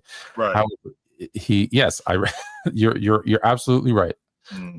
I ran this guy. I didn't run him off the Hoopstorians, but he's the one who said, well, all the top Jordan isn't even top 100 because if you don't have Bernard King, I believe the example he gave, if you don't have Bernard King in the NBA top 75, then you can make a case that Jordan shouldn't be top 75 either.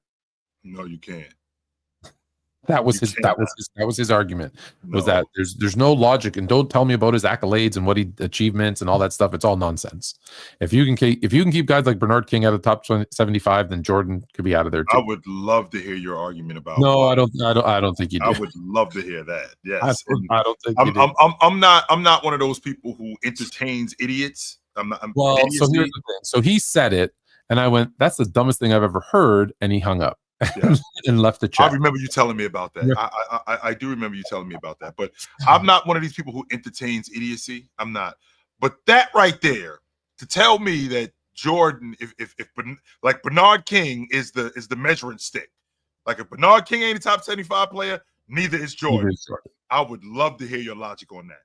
Please give me legit logic. Yeah, like that. Now that being said, yep, there is a chunk of Jordan fans that are nuts. There is a chunk of LeBron fans that are nuts. There is a chunk of Kobe fans, and I think those are the three, the main three that are nuts. Like I don't hear a lot of crazy stuff from a lot of other fans, but those three. The Warrior fans are the worst when it comes to Warrior fans. Yes, they're the worst, 100%. They've now developed the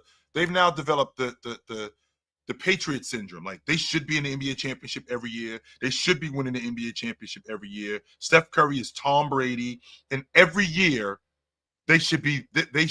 Well, I think every fan. No. There's such an entitlement. There is such an entitlement with Golden State Warriors fans. They are the worst of all of them. They 100% are the worst. Yeah, Scottie Pippen, a superstar? No. Incorrect. Let's see. And where do unpredictable. Just so you know, cry about the fact that you had the biggest collapse in NBA history, and you had to go get KD in order to win the NBA championship again. Cry about that. Let's do our. So I've been told that all my content only has to do with LeBron James. It's not true, by the way. We had the VP of analytics of ESPN tell me I have 12.5% of my content is LeBron. That being said, we've already shown he is the most followed NBA player in the world, and I believe the next 10 combined don't even touch him. So talking about the most followed basketball player on a basketball show kind of seems fair, especially when he comes out and does a teaser. By the way, can you believe, let me go back a step.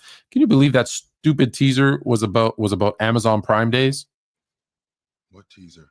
Well, did you not see? It was like him in a news conference. Hey, LeBron, we heard there might be a retirement. What are you going to do next? And he just kind of looks, and then the screen goes dark. No, I didn't see. Did you not see this? No, I didn't. Well, now you're going to have to make me find it and play it for you. So basically, there's a commercial. I'll describe it to you while I look here. There's a commercial. He's sitting at like a desk. Oh, here we go. Look at that. That wasn't that hard to find. Here, let me just play it for you. Probably easier. Please. Yeah, I can't believe you didn't see this. Nope. LeBron, are the retirement rumors true? What's next? No, I've never. That's the first time I've seen that. Sorry. Okay, it's about Amazon Prime Days. It's the stupidest thing ever. In the middle of the NBA Finals, by the way, and I was making the case that this dude just an attention whore trying to stick his nose into the finals where he doesn't belong. So that being said, so he does that, And so it brings up a lot of these things.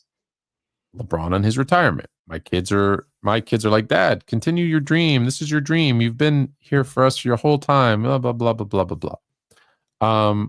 Your thoughts on LeBron and like how long?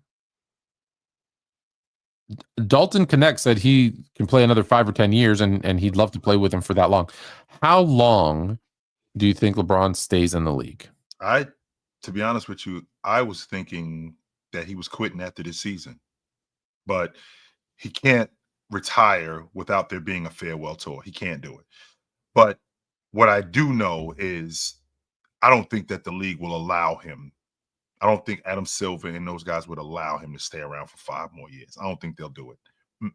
And the reason why I don't think they'll do it is because they are trying to usher in new blood. They are trying to usher in new faces, and they're still trying to figure out who the face of the league is. And as long as James is here, that's never going to happen.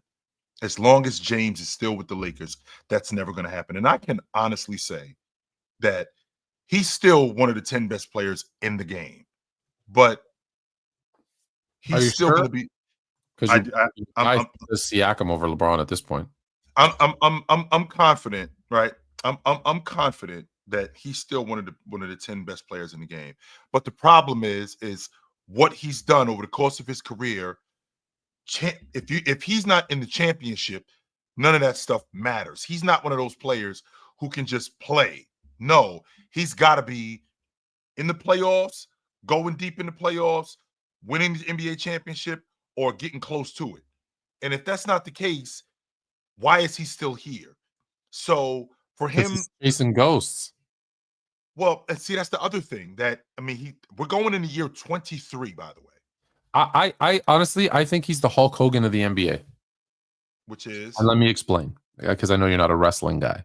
I'm not. So in wrestling, when a young guy's coming up, the superstars will take one of them and they call it putting him over. So they'll have a match with one of the young stars and they win, but they put up a really good match, or even if they lose, they put up such a good match that it like, oh wow, this person's like legit.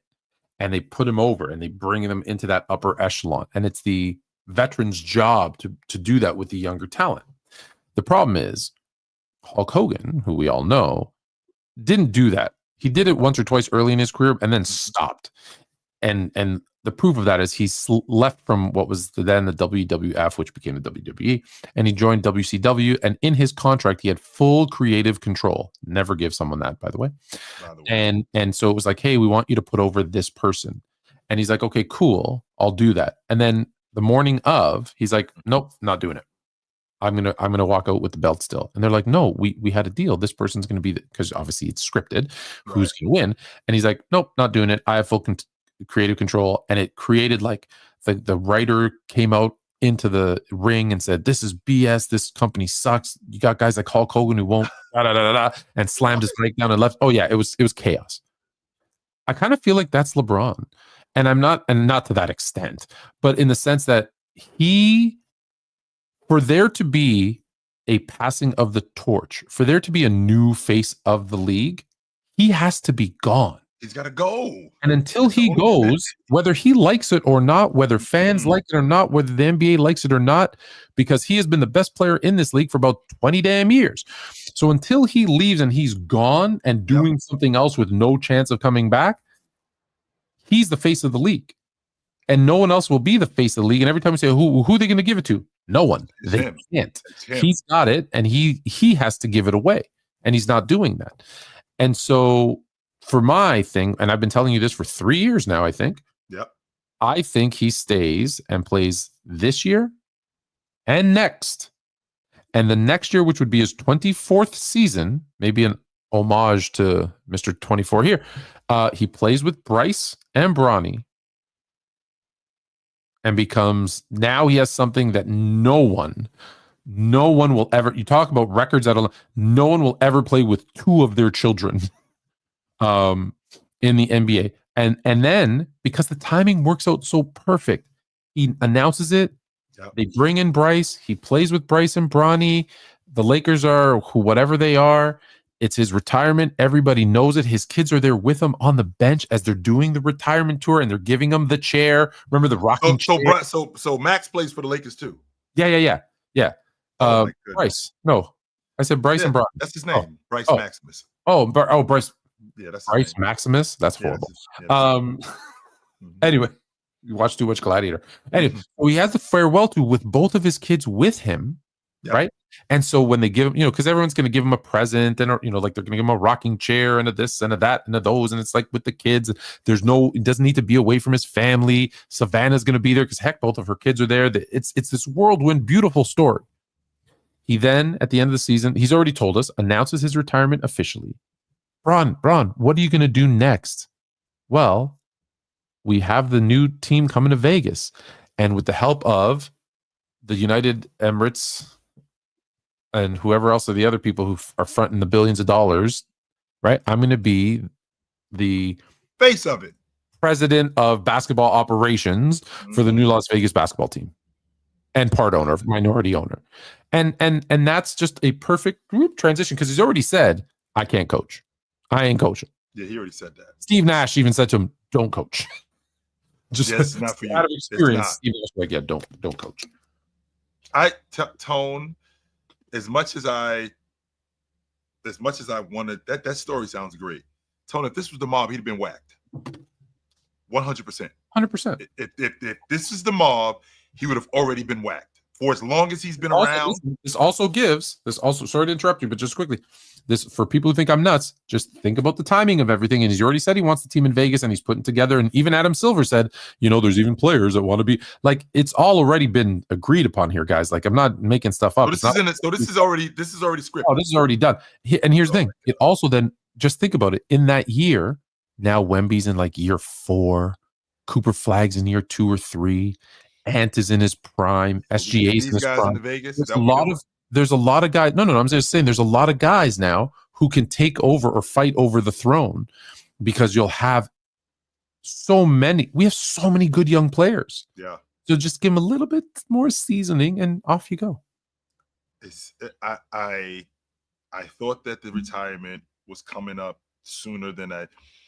This kid Bryce is going to have to turn out to be a baller then. If that's the case, I think he's already better than Bronny. And if Bronny can get drafted and get a couple of minutes, why can't Bryce? So he plays the 1 year at Arizona, and with him playing the 1 year at Arizona, he puts his name in the 26th draft, and he's going to come out. 100%. Arizona, by the way, what is it? 3-hour drive up to Vegas? It's not that far. It's not that far at all. No, it isn't. When I lived there, that was our weekend trip. We shoot up to Vegas. Oh man, he's got it.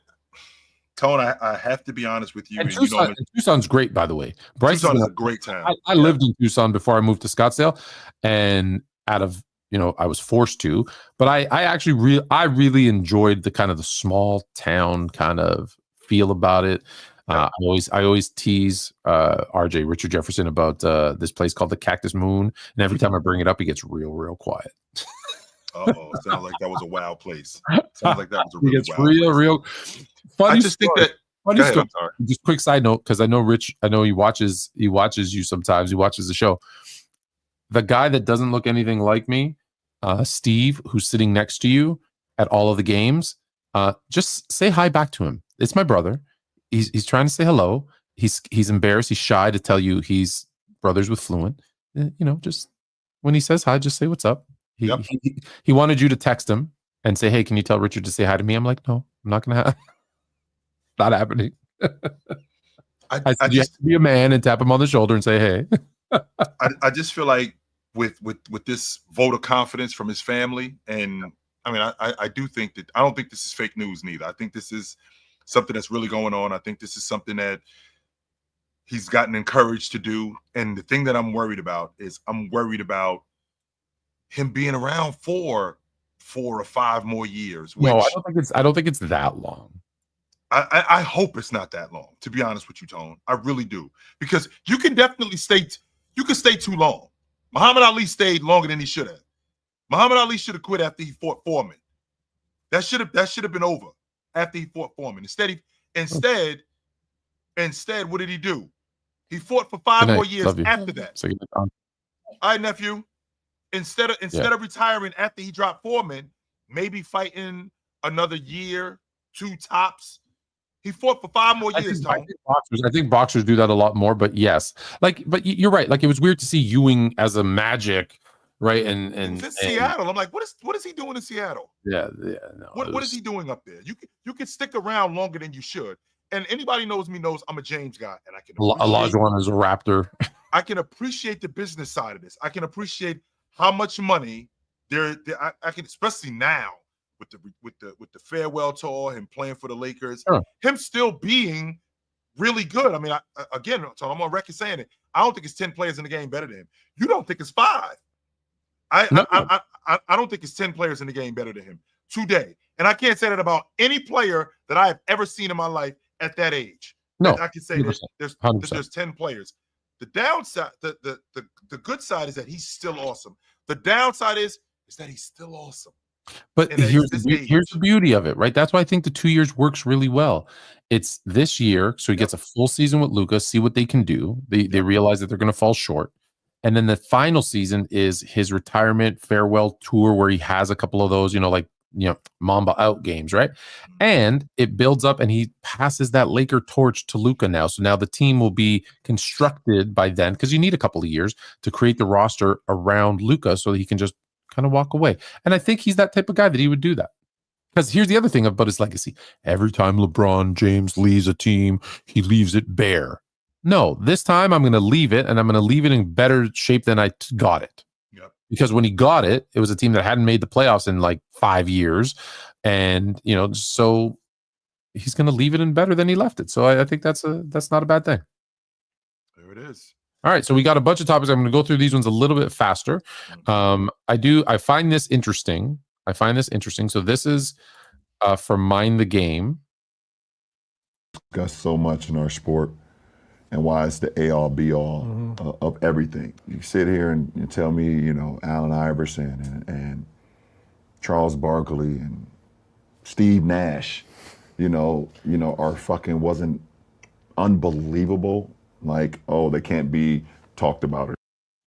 So that's LeBron talking about ring culture ruining the conversation. But this is also LeBron. And then after I stopped, I was like, that one right there made you the greatest player of all time. Everybody was just talking how they were the greatest team of all time. Like, they was the greatest team ever assembled. So my question is this more typical LeBron hypocrisy contradiction, or can you say ring culture has kind of ruined basketball discourse and at the same time say, well, certain rings make you a better individual player? Well, I don't think all rings are equal. There are some championships. Yeah, I agree. All rings are not created equal. I agree. There are some championships that are better, but this right here is the complete opposite. Like what you're telling me, okay, sure, Steve Nash didn't win, Charles Barkley didn't win, Elgin Baylor didn't win, Karl Malone didn't win, and they're incredible, 100%. But you do not want to be associated with them, which is why you left Cleveland the first time, which is why you went to Miami, because you did not want to be associated with that. And you knew that if you stayed there, that's where you were going to be. You were going to be associated with that. So the idea that, well, these guys were amazing, well, we know that they were amazing, but winning separates these guys. They're not going to be talked about on the same level as you. None of those guys are in the top. You didn't want to be talked about like that right. You didn't win. That's awesome, which is why you left Cleveland. So I can appreciate your logic that, yes, Steve Nash and Karl Malone and he goes on to say Dan Marino. He starts using other teams. Dan Marino. And I'm on record. Eli Manning was not better than Dan Marino. No, he was not. Agreed. No doubt about that. However, you left Cleveland because you did not want to be associated with that. So I can appreciate you big up, and I can appreciate you acknowledging how awesome these guys were. But on the flip side to that, you left for the exact reason why you didn't want to be associated with that. I just have the problem with leaving. I just have the problem, and I've always had this problem. Rings don't make you the best. I agree with that. But this ring right here made me the best. No, you can't have it both ways. Well, you can't have it both ways. Winning does separate you, Tone, and don't get me wrong. It matters. I do think that after everything else. Yeah, I do think that there's some things, and I've always felt like that there's some things that come before winning, but when you win, I think that it enhances those things that you already did. No doubt about that. But with that being said, I can appreciate why he felt like he did. And the thing that really bugs me out is because all of these guys do it. Chamberlain did it. Russell did it. Jordan did it. We just didn't hear him. We just didn't hear him say it. Shaq did it. Not only did Shaq do it, I mean, I heard Shaq say after they won the championship for the third time in 3 years, if I ain't the baddest center in Laker history, I won't be satisfied. That's saying if I ain't better than Chamberlain, if I ain't better than Jabbar, if you don't say that I'm better than these dudes, I will not be satisfied. That's the same as James going, I'm the best ever. It's this, and all of these guys, we just never heard Jordan say it. Unless your name is Muhammad Ali, I cringe every time I hear a team sport person say, I'm the greatest. Ever. Yeah. I'm the best ever. I'm the best ever. That's for other people to say. That's all. Like that's all. Now, behind closed doors, I'm the best. I'm the best. You heard Charles Barkley say after the Bulls and Michael Jordan specifically stomped us, in that finals against Phoenix. That was the first time I ever went, oh man, I'm not the best player in the world. There's someone better than me. Because there is a level of you have to think you're the best. And I get all that. Cordell, just so you know, Cordell, I don't have receipts on everyone, but I am a former ball player and a competitor. And from a competitive standpoint, knowing how these guys are, because I did grow up around that, they said it. They just didn't say it out loud. That's all it was. They just didn't say it out loud. Heck, I'll tell you right now. I on record as saying when I was playing, I'm the best shooter you've ever seen. Was I the best shooter you'd ever seen? Nope. But that was my mentality. And I always say, like I always tell my kids that I coach, I'm like, every time I shoot, I go, I don't care if it's here to the moon. I'm like, no, I'm making that. Like that was just always that has to be your mentality. I've always felt like the second you stop thinking like everything's going in as an example for a shooter, the second I stop it, then I'm going to stop shooting. Because if you think I'm going to miss this one, then yeah, you are. 100% you are. I've always said, Tone, show me a rapper that doesn't think he's the best, and I'll show you a whack rapper. Yes. I've always felt like that. Machine Gun Kelly legit thought he was who's the other dude? Who's the other dude from LA that wanted beef with Eminem? I'm drawing a blank. He was. Oh, you're talking about the dude. You talking about the dude from what you call it? From why am I drawing a blank? He did some Everlast. 50. No, not Everlast. I thought you were talking about Everlast from LA. From LA. The Game. Thank you, JE. The Game. I used to think he was the best. No, I'm the best. No, you're not the best. No, you're not. That's why there's always a beef about who's the king of New York. Nas, Biggie, Jay. Like, there's a reason. All right, this was our thumbnail for the show today. The Thunder roll. They win game 5. They're up 3-2, commanding lead. It looks like things are over. Yeah. You'll notice Ja Morant laying on the ground. You'll notice Steph Curry grabbing his hammy. You'll notice Aaron Gordon also grabbing it. And you'll notice Tyrese Halliburton bandaged up like a mummy. Yep. And the excuses have already started to roll in. That the only reason that OKC is going to win it, they haven't even won it yet. The only reason they're going to win is because someone got hurt in every single round. So that's what I say to that. So if you and I race 100 yards, you're at your best and I'm at my best, and at 80 yards I blow a tire, that is not your problem. It is not. And not only is it not your problem, we are not going to say, well, if Chill didn't blow a tire, but he did, and that's a Chill problem. That's a Chill problem. He's the one who blew the tire, not Tone. So if we're doing that, we got to do that with all the champions. Every last one of them had teams that broke down. Every last one of them had guys who were busted up. Every last one of them had guys who were hurt. The Lakers ended up getting swept in the finals in 1989. And the reason why they got swept, because Magic tore his hamstring and he couldn't play. We didn't say that, Isaiah Thomas, Magic got hurt. No, we didn't. We said that the Detroit Pistons are the NBA champs. Both James Worthy. I'll still tell you to this day, if Karl Malone doesn't get hurt, the Lakers win that chip against Boston. Against Detroit, pardon me. I did think that. But you know what? He did. A 40-year-old Malone, he wasn't healthy. Byron Scott and James Worthy, they weren't able to play in the NBA Finals. The Bulls beat them. I didn't sit there and go, well, if James Worthy and Byron Scott was healthy, no. You guys couldn't hold up. That's a you problem. Right. There's plenty. The Celtics last year only won because everybody got hurt, and then guess what? Well, this year they didn't repeat because Tatum got hurt. Well, it's that's always good. Like you're flip flopping the excuse. That's it in a nutshell.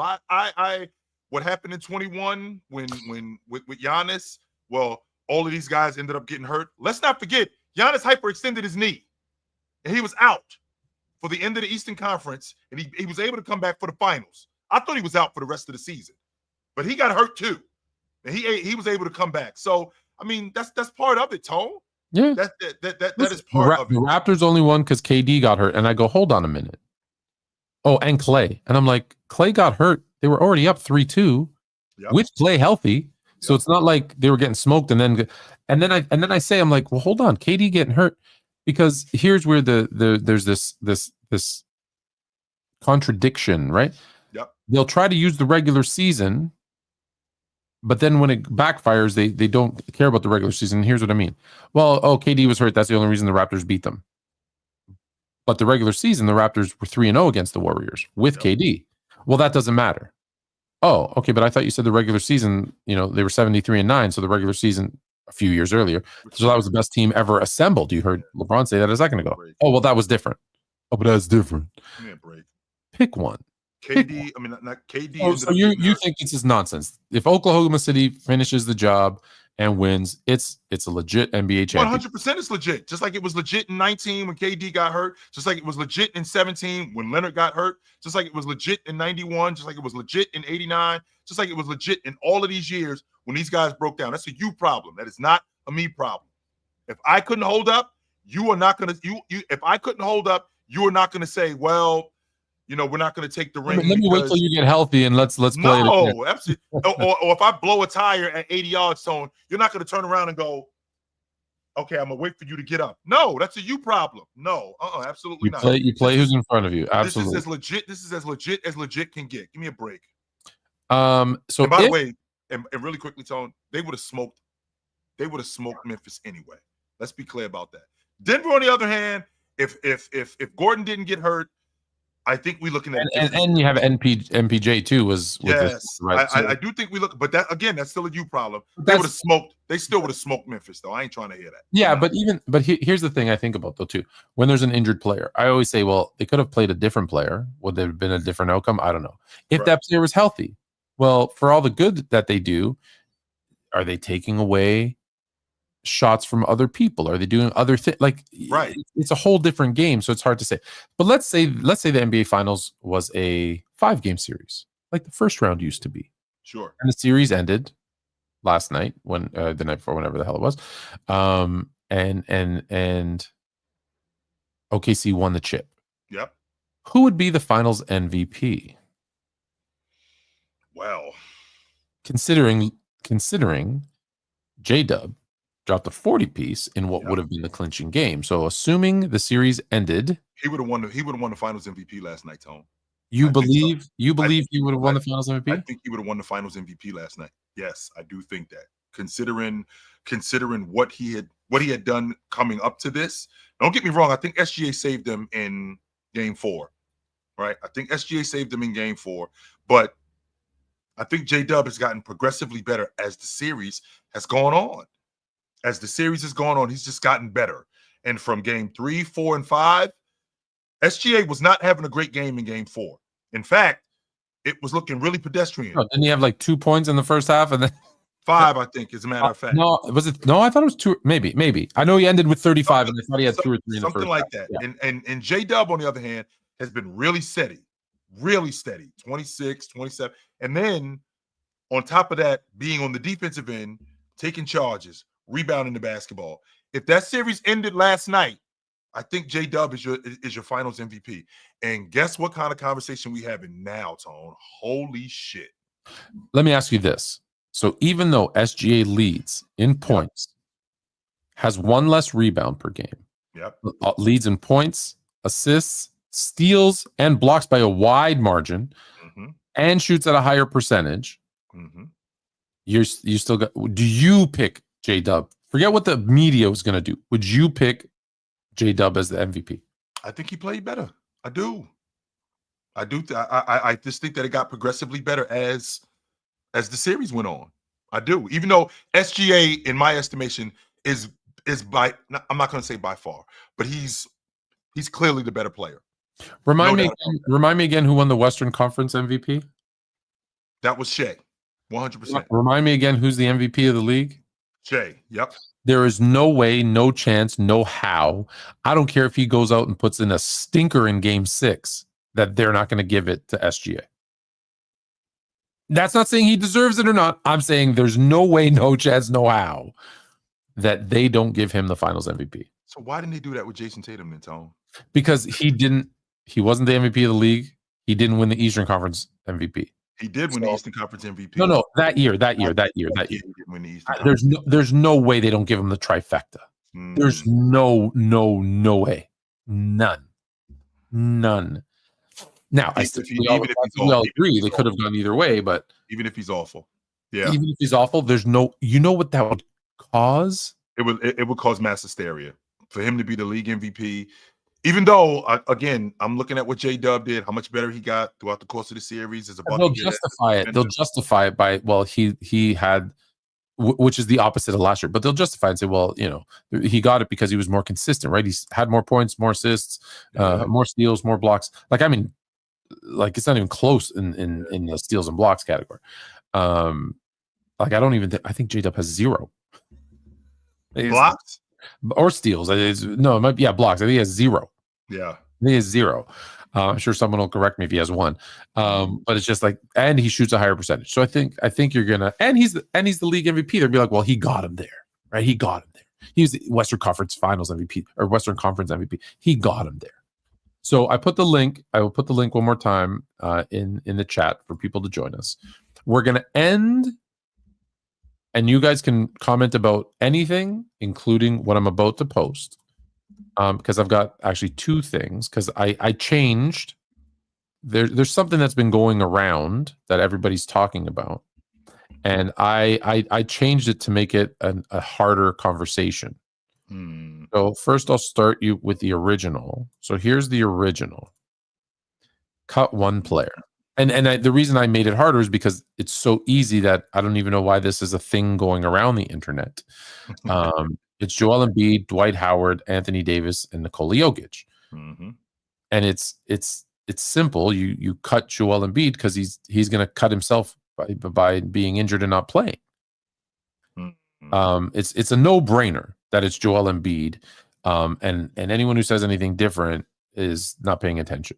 I'm not paying attention because I think it's Dwight Howard. What? Yeah, I think it's Dwight Howard. At their peak? Yes, I think it's Dwight Howard. Dwight Howard, the guy who was smoking the league 100% at his peak. I think it's Dwight Howard. Destroying Joel Embiid. Joel Embiid would be crying in the hallway, which he's been known to do multiple times on camera. He'd be crying in the hallway. Yeah, I think it's Dwight Howard. And the reason why I think it's Dwight Howard is because Joel Embiid at his peak, the bucket getter that and don't get me wrong, I'm not going to argue how good Dwight Howard was as a defender, but I don't think that we are having a conversation about Joel Embiid and Joker. I think those 2 guys are over this way. I think it's between Anthony Davis and Dwight Howard. And then I'm going to ask, if you put prime Dwight Howard on any of those playoff Philly teams, they're winning the chip. They're not winning the NBA championship. What were they missing? They were missing defense and athletic. Joel Embiid was an all-league defender at that point. Compared to Dwight Howard, he was not. No, he might not have been the defender that Dwight Howard was, but he cleared him as an offensive player. And you know what he did? He stood out on the 3-point line, ruining himself. And Dwight Howard, who had a little bit of a face-up game, it wasn't even close to Joel Embiid. Don't need it. That's the problem. Joel Embiid fell in love with the face-up game, which we don't need. Well, that's the difference. That's the difference between why Joel Embiid. You put Dwight Howard on a team with Tobias Harris, Jimmy Butler, et cetera, et cetera. That team's winning the chip that year. Hold on, we going? So what are we doing with Dwight Howard? Are we running the offense through him? Like we throwing the ball to him on the box? So No. like so what are we doing? Because he was a terrible passer. He was a terrible facilitator. We're not running it through him. We're not running it through him. His job what is exactly his job is to be a rim runner. His job is to be a rim runner, to defend, and to catch his lobs. That's so and Anthony Davis was better than him at that. 100%. I've got Anthony Davis. And Anthony Davis was better than him at that. Joel Embiid also was better than him at that in terms of rim running. And I don't have to run over to the rim. I can stop and pop, which now drags the defense away from the rim. And now I can dive to the rim. How did that work out for him? And finish around the rim. And again, we're talking about Joel Embiid. We're talking about Joel Embiid at his best. And we're cutting one of these guys. Joel Embiid at his best. I think the gap between these two guys is substantial offensively. Defensively, I don't think that the gap is that big. Did you just not tell me winning matters? 100%. White took his team to the NBA Finals. Embiid can't get out the second round. No, Embiid can't get out the second round. I'm not going to argue that. That part I'm not going to argue. Better talent. Okay, so that's the same. So the same logic happened with Anthony Davis as the man. He couldn't get his team out of the second round. He's got a chip. He's good. Okay, so he got a chip because he had somebody that was that. I'm not saying as he has to be the number one. Yep. What I'm saying is if I'm building a team that I'm building the team, so I'm going to have good players everywhere. Sure. I'm taking Dwight over Joel Embiid every single time because Joel Embiid is a cancer who's going to be hurt, who's not going to play, who's going to whine, who's going to cry, who is not good for my team. And that matters just as much as the skill level. So yes, to your point, is his skill level on the offensive end higher than Dwight's? 100%, but don't need it because of all the nobody looks at the negatives. They always look at the positives and they're like, oh, sure. I'm looking at his negatives and saying, I'm not dealing with that. Okay, just so you know, Tone, Dwight Howard, he ended up getting traded from Orlando because of exactly. Well, I'm only using the prime, but and that's no, that doesn't work. Sorry, no. I'm only using the prime. No, he burnt it down everywhere he went. He burnt it down in Orlando. He burnt it down in Houston. He burnt it down in Charlotte. He burnt it down in all of these other places. Everywhere he's played, he's burnt it down. So, if I had to choose between the two of these, between these guys. I'm starting Joker. I'm benching Embiid. I'm benching Anthony Davis, and I'm cutting Dwight Howard. Well, apparently the answer is Jokic.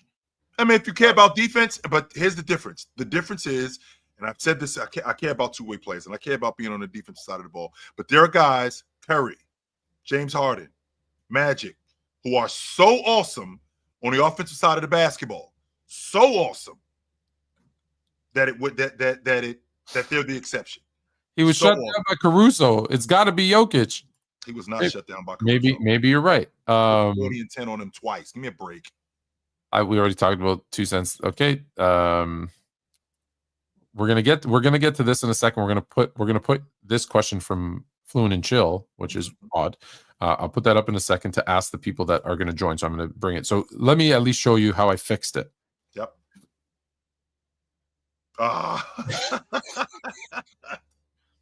Leading scorer for Olympiacos. They won. That was my team growing up as a kid. So I got to give. Win it? Yeah, hell yeah. I got to give Shat McKissick a shot. So now, if you got to cut one, now I'll go Dwight Howard. Top left is definitely not getting cut. No, he isn't. I get it, even though I put him top right because I had to replace. No, I probably should have swapped Dwight Howard. I didn't have much time to put it together. So top left, you ain't getting cut, bro. I got to send him the clip of this. All right, now we can bring up some guests. We got a couple waiting. I'll send the link again. Come back, Avery. I saw Avery just dropped off. I'm gonna put this comment up, and 2 cents. You can talk about this. You can talk about something else. The comment, let me just read. I think it's time for a discussion that SGA is better than Kobe and coming close to MJ. This is definitely not a Fluent and Chill approved message. Man, wow. Bro, y'all really brought me up first, bro. I was sitting back in the backstage listening, but it's okay. It's okay. But my dream is to be on a panel if I could clone Fluent and Chill. And what y'all actually have to say, I know And I don't know. I'm gonna find out later what Fluent is on throughout the week. I know what Chill is on, and the way he handles that, man, it's crazy. I don't know how you take that torture. More power to you. I promise you. more power to you. I used to be on that same show every day, and real life came knocking, and I had to go do something else that keeps me away. But I try to go on. It's been it hasn't been that long. I was on when was that, for the 10th, the 1000th episode or something I was on. So I'll jump on every once in a while. Okay, yeah. Hey, link up. I mean, I'm just saying. I'm actually being honest about it. Just link up where you at throughout the week. I can see Chill. I done seen Chill on like ESPN, and he's going against a whole bunch of younger people, and he's trying to do his part and stuff like that, and trying to get people to understand. When he figures it out, I promise you, I will tap in with him and be like, man, how'd you understand what these young guys are seeing with their frame of reference? They don't have that frame of reference. Go ahead. I was just asking, what part of the world are you in? I'm in Texas right now, but I'm from North Carolina. No, if you're in Texas, then you won't. Because I was gonna say he does the big TV stuff. He's the big TV star. I own ESPN Radio New York, so I'm not. I'm just a little fish doing radio. He's the big man doing 1v10s on the big show. But I'll hit you up. We have a little show. At one point in time, I don't care if we have to do paperwork and all this stuff. One day it will be all three of us up here, and we're actually talking. And we're going back because I understand both of you are still rational, even if you disagree. What my opinion is, sometimes it's facts and it's opinions. You can't sit here and tell me, oh, Muggsy Bogues is better than Michael Jordan. That can be your opinion.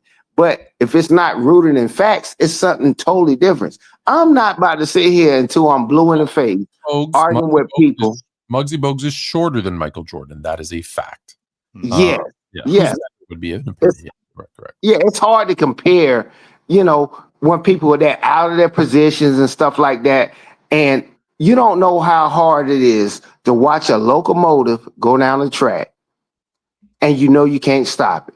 I heard when they said Halliburton was overrated. He was at that time. I don't care if he became the best ever after the fact. He was good for 2 months, but everybody jumped on the bandwagon on what he's going to do and what they thought he was doing. And I was sitting there listening. Of course, I listen to Chill all the time on like Talkback and stuff like that. He's like, man, I'm telling you, y'all just listen. They're not listening. But when Chill figure out, please let me know when you figure out how to talk to those guys that's on your panel that's 20 years old, 30 years old. They don't have that type of wisdom. They smart and intelligent, and it's hard to let them know. I'm like, man, it's still, but it was 4-2 for me at the beginning. It was 4-2. I don't know how they was gonna get it, but at the end of the day, I applaud Chill. But I want to see Fluent. Hey, drop something in the chat. Where you at? I want to hear you too. I hear Chill all the time and watch him have to listen and get tortured. Just drop that, and I'm gonna drop out. I appreciate you too, Sam. Appreciate you, brother. EX. What up? When it's someone I don't know, I always get nervous. Can y'all hear me? What up? Hey, what's good with y'all fellas, man? Hope y'all having a good night, man. Yes, sir. What's going on, brother? Several things, man. I think that this has been a great series between the Pacers and the Thunder. It's a series that I thought was going to end in 4. Yeah, poo on me. Yeah, I actually had OKC smoking these dudes. I had them smoking them, man. I had them smoking them in 5, so it's all good. I was wrong. I gave them. I was wrong on that, and then I said, you know what, they stole game 1. I got them in 5, and then that didn't happen. So I think I underestimated the Pacers. I think that their offense really is something that I underrated mainly, and then their ability to just turn their defense on. That's something that I is one of the main reasons I said OKC was going to smoke them. I thought coming into the playoffs, their defense was like what was it? The middle of the pack. I believe it was the middle of the pack. It wasn't that great. Nothing really to brag about. But I want to talk about SGA mainly. He's a guy who I doubted. I remember his breakout season when he first averaged 30, and one of my friends was telling me, "Oh yeah, look what he's doing." I'm like, man, this is just another player hot for a month. That's what I said. Another player hot for a month, and it's going to fizzle out. And he continued to do that. And then he put himself in the MVP conversation last year and he didn't win it. And people talking about he was robbed. I don't agree with that. But this year, I thought he was definitely deserving of the MVP 100%. He's doing great things. And at the beginning of the playoffs, I had OKC winning the title because last year, I thought the experience thing was a factor. I said the experience will be the reason why they lose and they're not going to go far in the playoffs. And that was true. But once they got Hartenstein and Caruso, I was like, that experience thing we talking about, that's the talent that they got on their team is going to override that, and it did in the Denver series, and it's been doing that thus far. And now the experience thing is out the window because they've gone this far and they got the experience now. So what's stopping them now? Right. The only, know what I'm saying? the only thing that's going to stop them is going to be like egos, contracts, injuries. Yeah. That's the part right there, Tone. The money. That's where it's going to get. I think that's where it's going to get tricky because Oklahoma City got a situation. They not SGA. I'm sorry, but J-Dub. You know, he's going to be up for a Supermax next year. He made the All-Pro team this year, so that's going to be a big deal. SGA is also up for. Long enough? Yes. Long. No, that's not true, Tone. No, he has to be in the league for like I think 5 or 7 years, something like that. And also, I take that back. That's not true.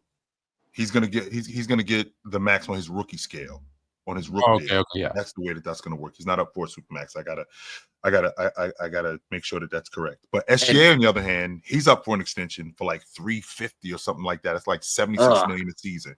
And I hate the fact that because Red Auerbach circumvented the rules, that now they've changed it to where you can't do that anymore. Because I mean, Red Auerbach took pride in looking at contracts and recognizing loopholes. Hey, chill. Can I stop you for a second, really quickly? You think I don't know. I think this team is showing a lot of selflessness. Like they really enjoy playing with each other. And I think they're about the business. Like, do you think any of those guys would take a pay cut? No, not in today. You don't think so? Not today. Brunson did it. I mean, he's that's different. But Brunson he's did out do like. it. But I feel like we live in a. Hey, Jay, I just want you to know, I pulled up OKC's salary cap situation. Yeah, and everybody, with the exception of Daniel Theis, who no one cares about, is coming back next year. Is under contract next year, and the year after, with the exception of Holmgren and J-Dub, who have Rook deals. Yeah, they're qualifying offers, which they're gonna pick up, of course. So they could have at least this year and 2 more with this same core group. Yeah, that'd be great. I'd love to see that, Tone. I'm just thinking about what the money is going to look like, because like you just said, they undercut. J-Dub is under contract after this season, and then next season that deal doesn't end. What a steal! What a steal! J-Dub at like right now 4.7, next year 6.5. Well, think about this, Tone. They don't get him. They don't get him because he was part of the Shea deal for Leonard. That's how they ended up. Horrible trade. Yeah, a horrible trade. But at that time, you have to do it or you're getting fired. But they one of the parts of that trade was the number first round pick, which ended up being the number 12 pick, which ended up being J-Dub. That's how they got him. So I mean, they got him on the cheap. But with that being said, the thing I'm concerned with is the money. That's what I'm concerned with. And one more thing, man. I'm not trying to even poo-poo on the Pacers going up against the Thunder. I'm really not, but I was really, really looking forward to seeing the Celtics versus the Thunder. I thought that those were the 2 best teams on paper. And you know, it was the same thing when it was supposed to be the Celtics and the Nuggets, man. Just 2 wonderful matchups I would have loved to see, man. But you know, it's unpredictable in the NBA, and we see what the Thunder have done. They've had a historic season. You know what I'm saying? I'm not trying to count the Pacers out in game 6 or 7, whatever it is, but I think it's over. They had a historic season. When you see all wrapped up in like a mummy, it's over. I think But it's over anyways, but it's to close, I'm gonna just say, what all they have done, you still can't say that you can't say with certainty that they're gonna repeat because it's that type of era right now. You know what I'm saying? It's that type of era. But I learned my lesson. I learned my lesson Yeah. at last year's finals, saying the Celtics are going to repeat. I'm not doing that again. I'm going to wait. Definitely. But all right, fellas, thank you. All right, brother. Appreciate you, Good brother. talk to you. Yes, sir. A couple super chats. We'll bang through those, and then you can go back and watch that I was right that Joel Embiid's the one that you would cut. So the super, here we go. Boom. Chill. Dwight beat your king to the finals. Yeah, and Anthony Davis won the NBA championship with my king. So yeah, but it was Joel Embiid versus Dwight. We're not talking about Anthony Davis. but he's in the mix. That's it. And then 2 Cents says it's just something about being number one. Good show. I don't know what to tell y'all. So Yes. we don't talk all of that nonsense. We let y'all do it. I am number one. No, I talk that nonsense because when you're this good.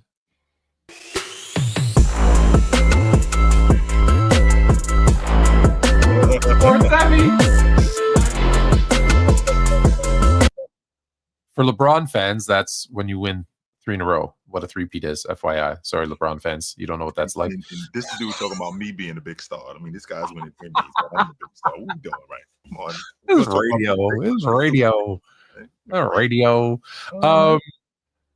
Is this over?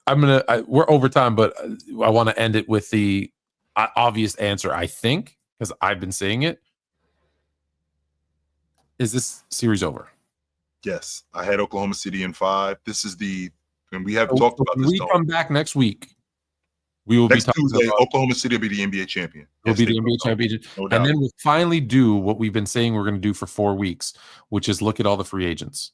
Yes, let's definitely get to that. And let's remember too, Tone, this is the first lead that Oklahoma City. I love this. You literally saw me holding them and you're calling cap. That's just that's the world we live in. That's the world we live in. Keep going. Just so you know, Tone, this is the first lead that Oklahoma City has had in the series. What's that now? This is the first lead that Oklahoma City has had in the series. What do you mean the first lead that they've had in the series? They've been down in this series the entire time.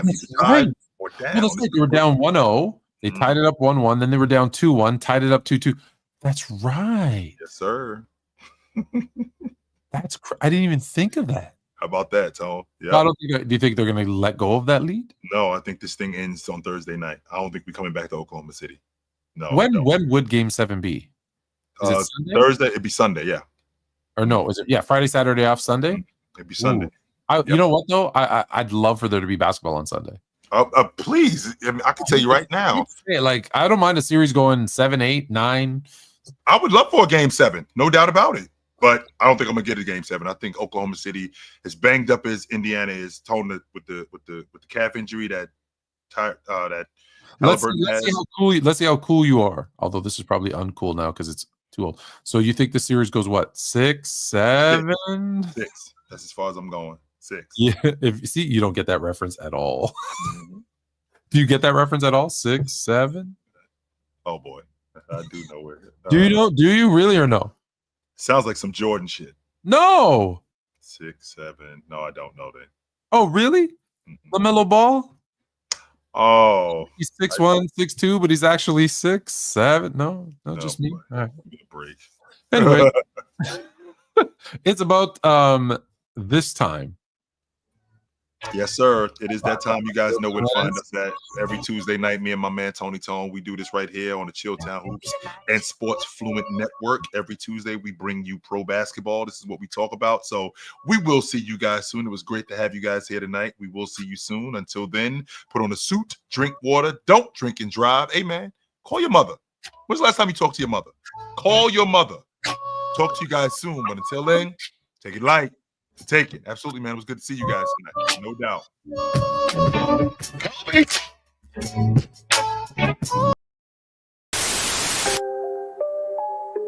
Oh, Canada. Put on a suit, drink water, don't drink and drive. Hey, man, call your mother.